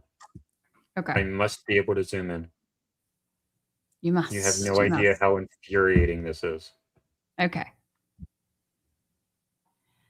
So, in the meantime, I'm going to pull up 2 comments from, I hope it's Mary, maybe it's Mari, or please feel free to DM me and correct me on the pronunciation. But, all right, KR, as a longtime it's Mary Stu. It's Mary Stu. Yeah. Well, I think it's Mary, but I'm just saying if it's Mari, I want to make sure that I'm saying it properly. As a longtime fan and viewer, why is everyone saying that this is the same video from court? It is not. And then, hold on one moment.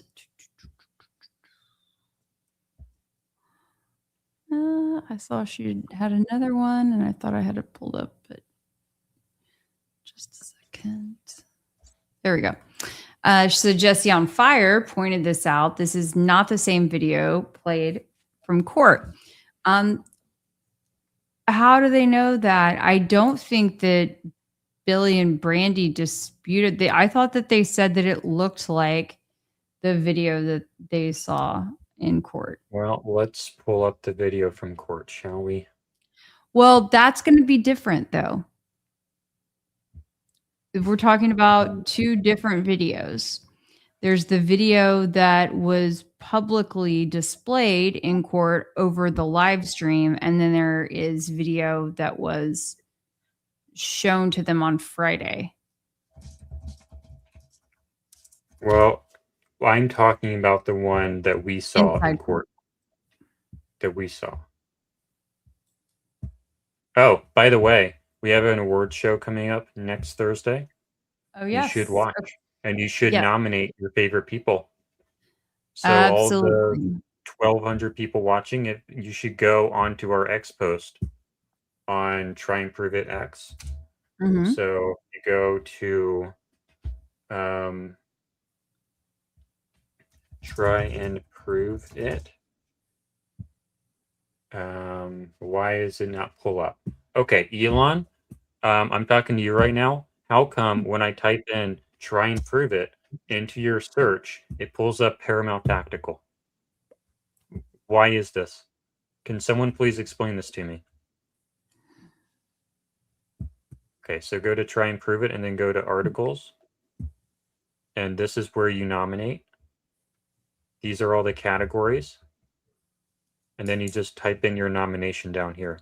So for example, we have, can I zoom in? Best receipt pull, needle in the haystack, most obscure but genuinely useful discovery, the source whisperer, the best fact check, the best investigative collaboration. Hello. Hello. Best I mean, but we're moderation not going to of nominate ourselves or anything. No. Best emergency live stream, most likely to remember a post from 8 months ago. Most iconic catchphrase, best community meme, best running joke, community MVP, most faithful subscriber, best newcomer, unsung hero, the most respectful disagreement. I think Kelly and I might have a stream that might qualify. Most likely to be a fed. We also have best documentary style video, best original AI song, best visual aid in a stream, best thumbnail, best editing, best camera op. I think there might be a family member in Kelly's family who might be gunning for that. Best episode title, best clip taken out of context, most improved production quality, and the final ones are the best single stream, best independent discovery, best independent contribution, and best community moment. We're probably going to do a Spaces on X over the weekend, I think, if Kelly's on Yes. board. And Yep. we're going to just talk about that and hopefully get a bunch of nominations during that Spaces on X.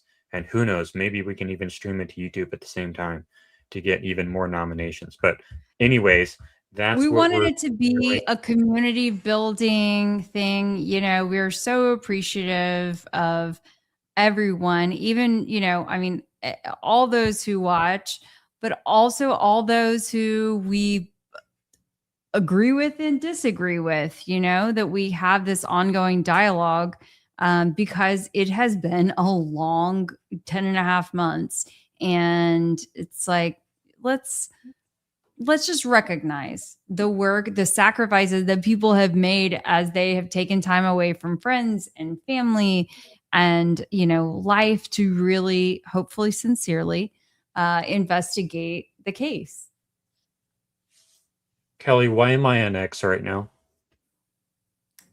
Because you wanted to show the awards. No, I opened X for something else, but I don't remember what. Oh my goodness. I know. We're definitely hitting the time for Jordan to go to sleep. I wanted to, well, for you to go to sleep because you didn't sleep last night. Yeah. But I was okay. Oh, we were looking at footage. Oh, that's right. Roof I was going footage. to pull up that episode. And the video from court. The video from court. And then I saw this and I got distracted by this. That's right. Thank you. We don't Thank need you, that. everyone in the chat. See, they're still engaged and with it. They're going to like poke and prod you all the way to the finish line. Prelim hearing. Here we go. That was on day 3. Where all the The day that I sent you out to the campus in the middle of the stream, was that the second day or I the think third that day? was the second day. That was the second day, Second I day? think. Yeah. Because Wednesday was the half day that started late. That's right. And so then this would have been around noon. I mean, well, when I left. This was the David Hall day, I think. So it was early. Yep. So somewhere in there, there we go.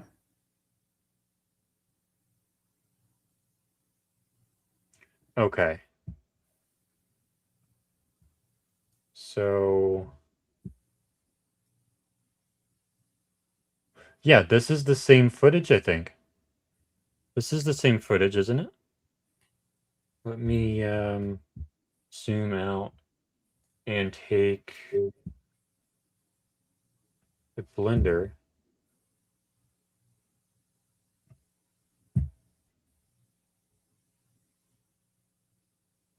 I think this could be the same footage. Maybe? It's really blurry.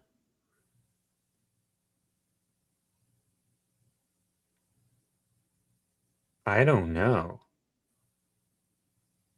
What do you think?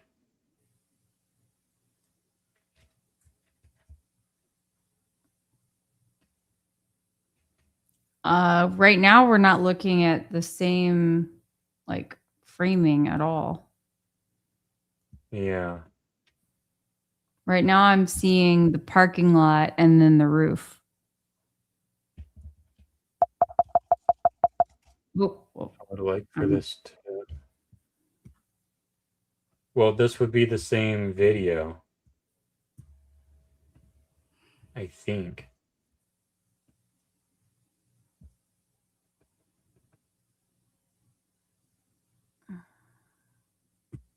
So this would be it.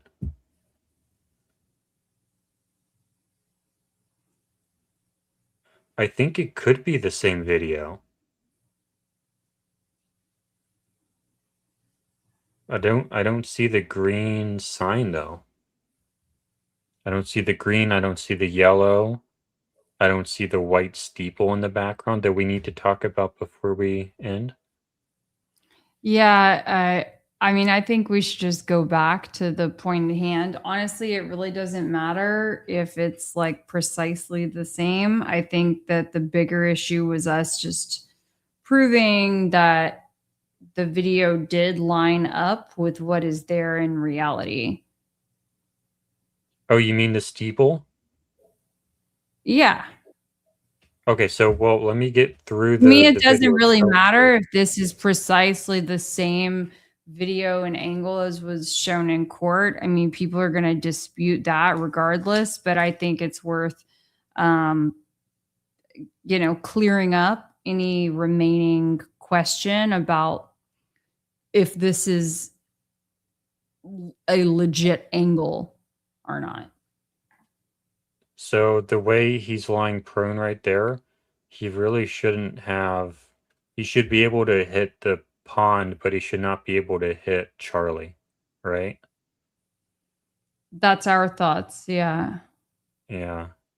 He's not close enough to the edge.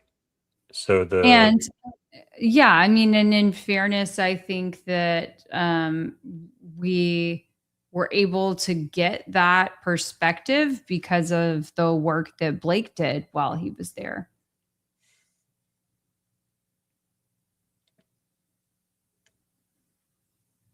Right? I mean, if he's not all the way to the edge, were you thinking before all of that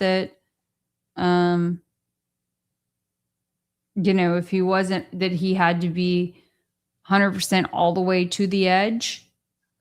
Well, I didn't know where he was. Okay. But now I see where he was. And you cannot get a 9-degree down angle from this position on the roof. If he was up closer to the edge, then he would be able to get a 9-degree down angle, but he cannot get a 9-degree down angle from this position. 9 degrees down from that position will be into the roof. But even the drone footage, I honestly don't know if Blake is able to even talk about his drone footage or show. It doesn't seem that he can show it anymore. But that I'm not really worried about it. Well, I understand that, but it was valid potentially that when it hovered above, like this much above the gravel, that like you couldn't see anything. I'm not really that worried about his drone footage.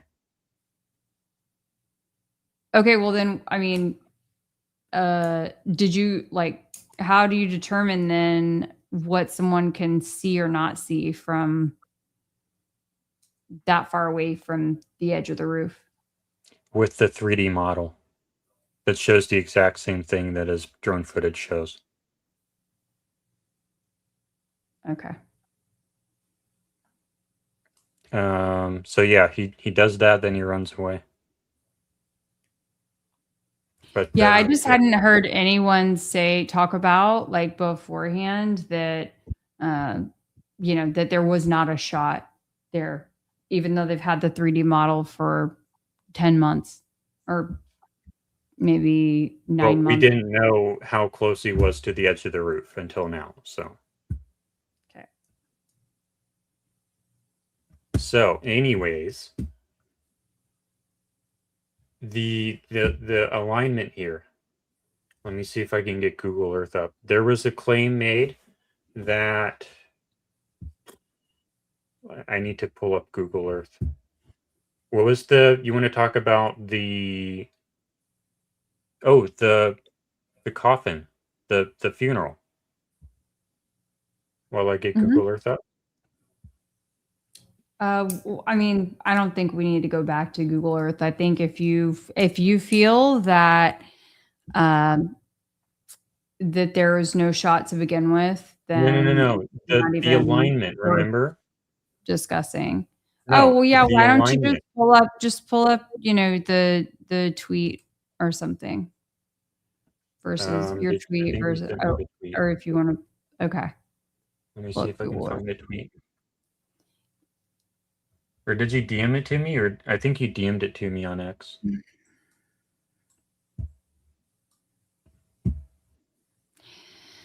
Okay, here we go. Mr.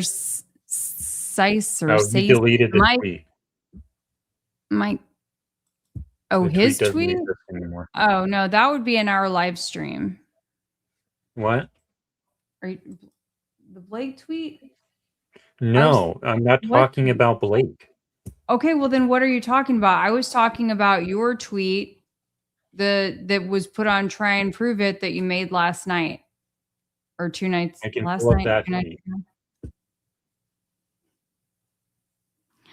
Okay, so Sace Mike, it's not even close to the edge. It's a completely different spot on the roof.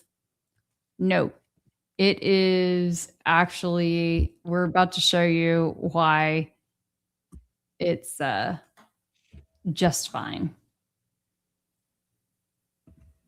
Okay, so this is Google Earth on the left. This is the security cam footage on the right. There's a claim made that this is impossible, but what they were doing was they were confusing this steeple for this steeple. They thought it was this steeple, but it's actually this one that we can see in the security cam footage. Okay.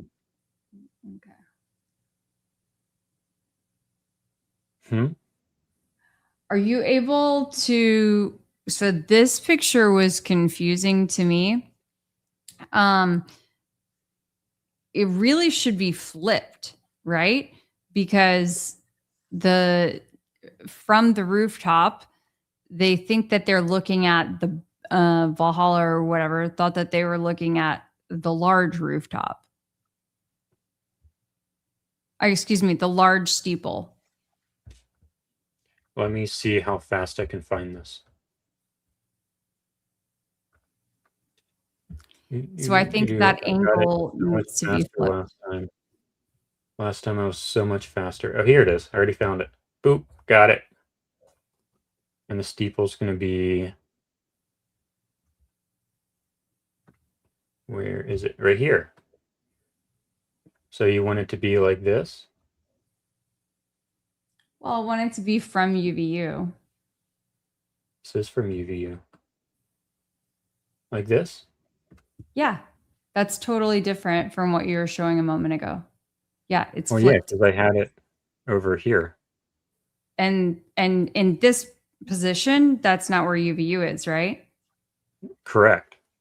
Okay. Do you remember what time it was last night when we were doing that, though? It was 3 a.m. But this is the I was very tired when I did that. I was not completely focused.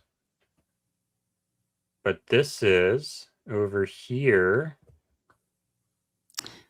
Mr. Mike, okay, look, I know that you are not picking up what I'm putting down right now, but I'm going to ask you, sir, have you been to UVU? Have you stood on that rooftop? Who are you talking to? Mike in the chat, Mr. Sace Mike, okay? I'm telling you, bud, like, we've got it figured out, okay? Look, we're going to show you right now. I don't know if is he chatting again or is it the same chat? Yes, he was chatting again saying that it's not. And so I'm just letting him know that we're working on it right now. Don't worry about it, Jordan. You just keep focused on showing. Oh my God, I just broke it again. See how quickly it just completely messes up?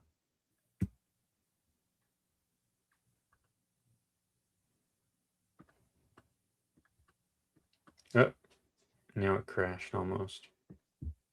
Okay, so you see now it won't let me. This thing sucks so much. See, I can't go down. Okay, you don't have to. You don't have to. Just that's good. Just go a little forward as to like, okay, just stay right there. No. Okay, stay right there.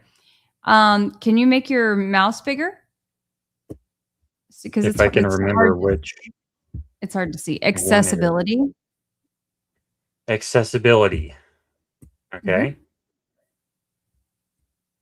Mouse. Display. Mouse. Maybe.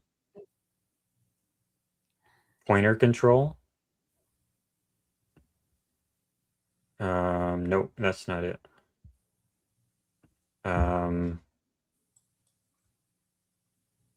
Is it display? Pointer size. Here we go. Is this big enough? Yes. Now we're cooking. Okay. So, folks, let's see. Okay, I can see it right there. Yeah. Okay, everybody, here we go. Whoa. Now what'd you do, Jordan? I tried to zoom in a little bit. Oh, okay. Gotcha. Thank you. Sorry, I looked away for a second and then the screen had totally changed. Okay. See, this is Google Earth's fault. Okay. Go ahead. Go ahead. You take it away. So we have two different steeples here. The little one and the big one. Valhalla mistakenly thought that the one we saw in the security cam footage was this one, but it wasn't. It was this littler one over here. So because the camera is right here and it was lined up with Tyler Robbins or with the suspect on the roof, he thought that the camera must be over here in order to get that lit. Oh, I did not move it that way. Oh my God, man. It's okay. It's okay. It is all a matter of perspective. That is absolutely right. Illumonic. Thank you. You know, just as when I first went to, and I think Jordan had a similar experience, but for me, when I walked into UVU and experienced the courtyard for the first time, I was amazed as to how small it was, how close the buildings were. I'd heard people talk about that before, but it's one of those things where it's like you have to see it to really understand. And in my opinion, even Google Earth does not do it justice. Even though it is a helpful tool, it does not do it justice given the amount of elevation changes, levels, you know, different things that foliage can vary from season to season. There's just a lot to take into consideration. How you doing over there, Jordan? Did you fall asleep? No, I'm reading a text from Christy, our moderator. Oh, okay. I don't. Okay. So what I was trying to say was Valhalla thought that the steeple in the back of the footage was this steeple. So he thought that the figure must be actually right here, and that was where a suspect was sat down. But that ended up not being correct because it was actually the other smaller steeple, and now it's actually the smaller steeple, this one over here. And that's how we know that it actually does line up correctly, and we can see the green and the yellow, and it all lines up correctly because it's the smaller the highway steeple, sign. The highway sign, yeah. And this is a highway sign over There you here. go. And then this is the little steeple that we see in the footage that I will pull up again here. So we see the highway sign and we see the little church steeple, but we do not see the big church because it's all the way over here. So we just mistook the little steeple for the big steeple, or the big steeple for the little steeple. I don't know which one. But the main idea there is no conflict. The original location that we thought for the Losey roof shooting position, it remains correct. There's no change.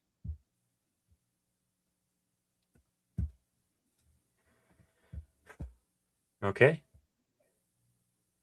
Yeah, I mean, I think that's probably good for this evening. You know, look, it was a big week. We should mention the funeral though, right? Because that's our thing, the fake death thing, right? It is. We can mention it really quickly, but I think it would be better to do a separate stream on it or something, because I think we are really running on fumes at this point, Jordan. You know, it was a big week, I think, for us in the fake death community, given the amount of things that, I don't know, intentionally or not, I feel that Candace had mentioned that would apply to someone who was potentially faking their death. Yeah, so he wasn't buried apparently, or there's like a lot of drama and a lot of secrecy around, you know, whether or not he was buried, and people were not allowed to see anything. And it was really sketchy and really weird, but we can talk about it another time. Mm-hmm. That coupled with the idea that essentially Timpanogos Hospital emergency department was evacuated, basically. Sounds absolutely bizarre. All before the incident. All of these things are sounding very, very strange. If true, because granted, you know, I don't have independent confirmation of any of those things, nor do I think you do, but we are relying on what Candace has said. And if so, that's a big deal. Now, of course, she said today, Jordan, I will remind you, she said today she is on Team Road Mike. So I can't give her, you know, 100% A+, but I will say. Why do you need to evacuate the whole hospital of everybody, all these people, just to hide that, oh, the wound in his neck was actually from this. No, the only reason you need to clear out the whole hospital before is because Charlie isn't even a patient.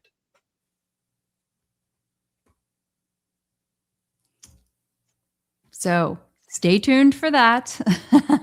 There's a lot more that we will have to say, but I think we can really do it justice if we are And you able don't to like have to talk have through it all all. the secrecy. You don't have to have all the secrecy around the body if it was actually this instead of a 30-06. Like, you can fix that. You don't need like, the only reason you need to do all the secrecy with the body and with the burial, sorry. I was like, Jordan, you can't say burial. Is because there's no body. If you bury an empty casket and put it under a tombstone for Charlie Kirk, and then Joe Schmo comes up and exhumes it illegally or legally, guess what? The whole world found out your trick. But it doesn't really matter if it was just a slightly alternate cause of death. But there's no body to bury, so like, they have no choice but to do all this secrecy. But I guess that'll do it for tonight's show. Yeah. Burl. Yeah, thank you guys so much. Really appreciate it. I see Christy had said, I think they evacuated because the shooter is still on the loose. But if in fact Candace is correct, she said that they evacuated beforehand. Before the shooting even happened is when this happened. Mm-hmm. There we go. Special request for that. I know I need to start keeping them in here. Hold on. Just because this will be the hand finale. How about that? Mm-hmm. And we're about to hit 4 hours. So thank you everyone for watching Try and Prove It. You should definitely subscribe. We have a lot of new people in the stream tonight. You should definitely go over to YouTube if you're not already on YouTube, and you should definitely subscribe to the Try and Prove It YouTube so we can get up to 1,000 subscribers. Did Give you us take a that from hand. that Erica Kirk wept over? I did. You got a discount on, the hands that were used for 5-minute photo ops.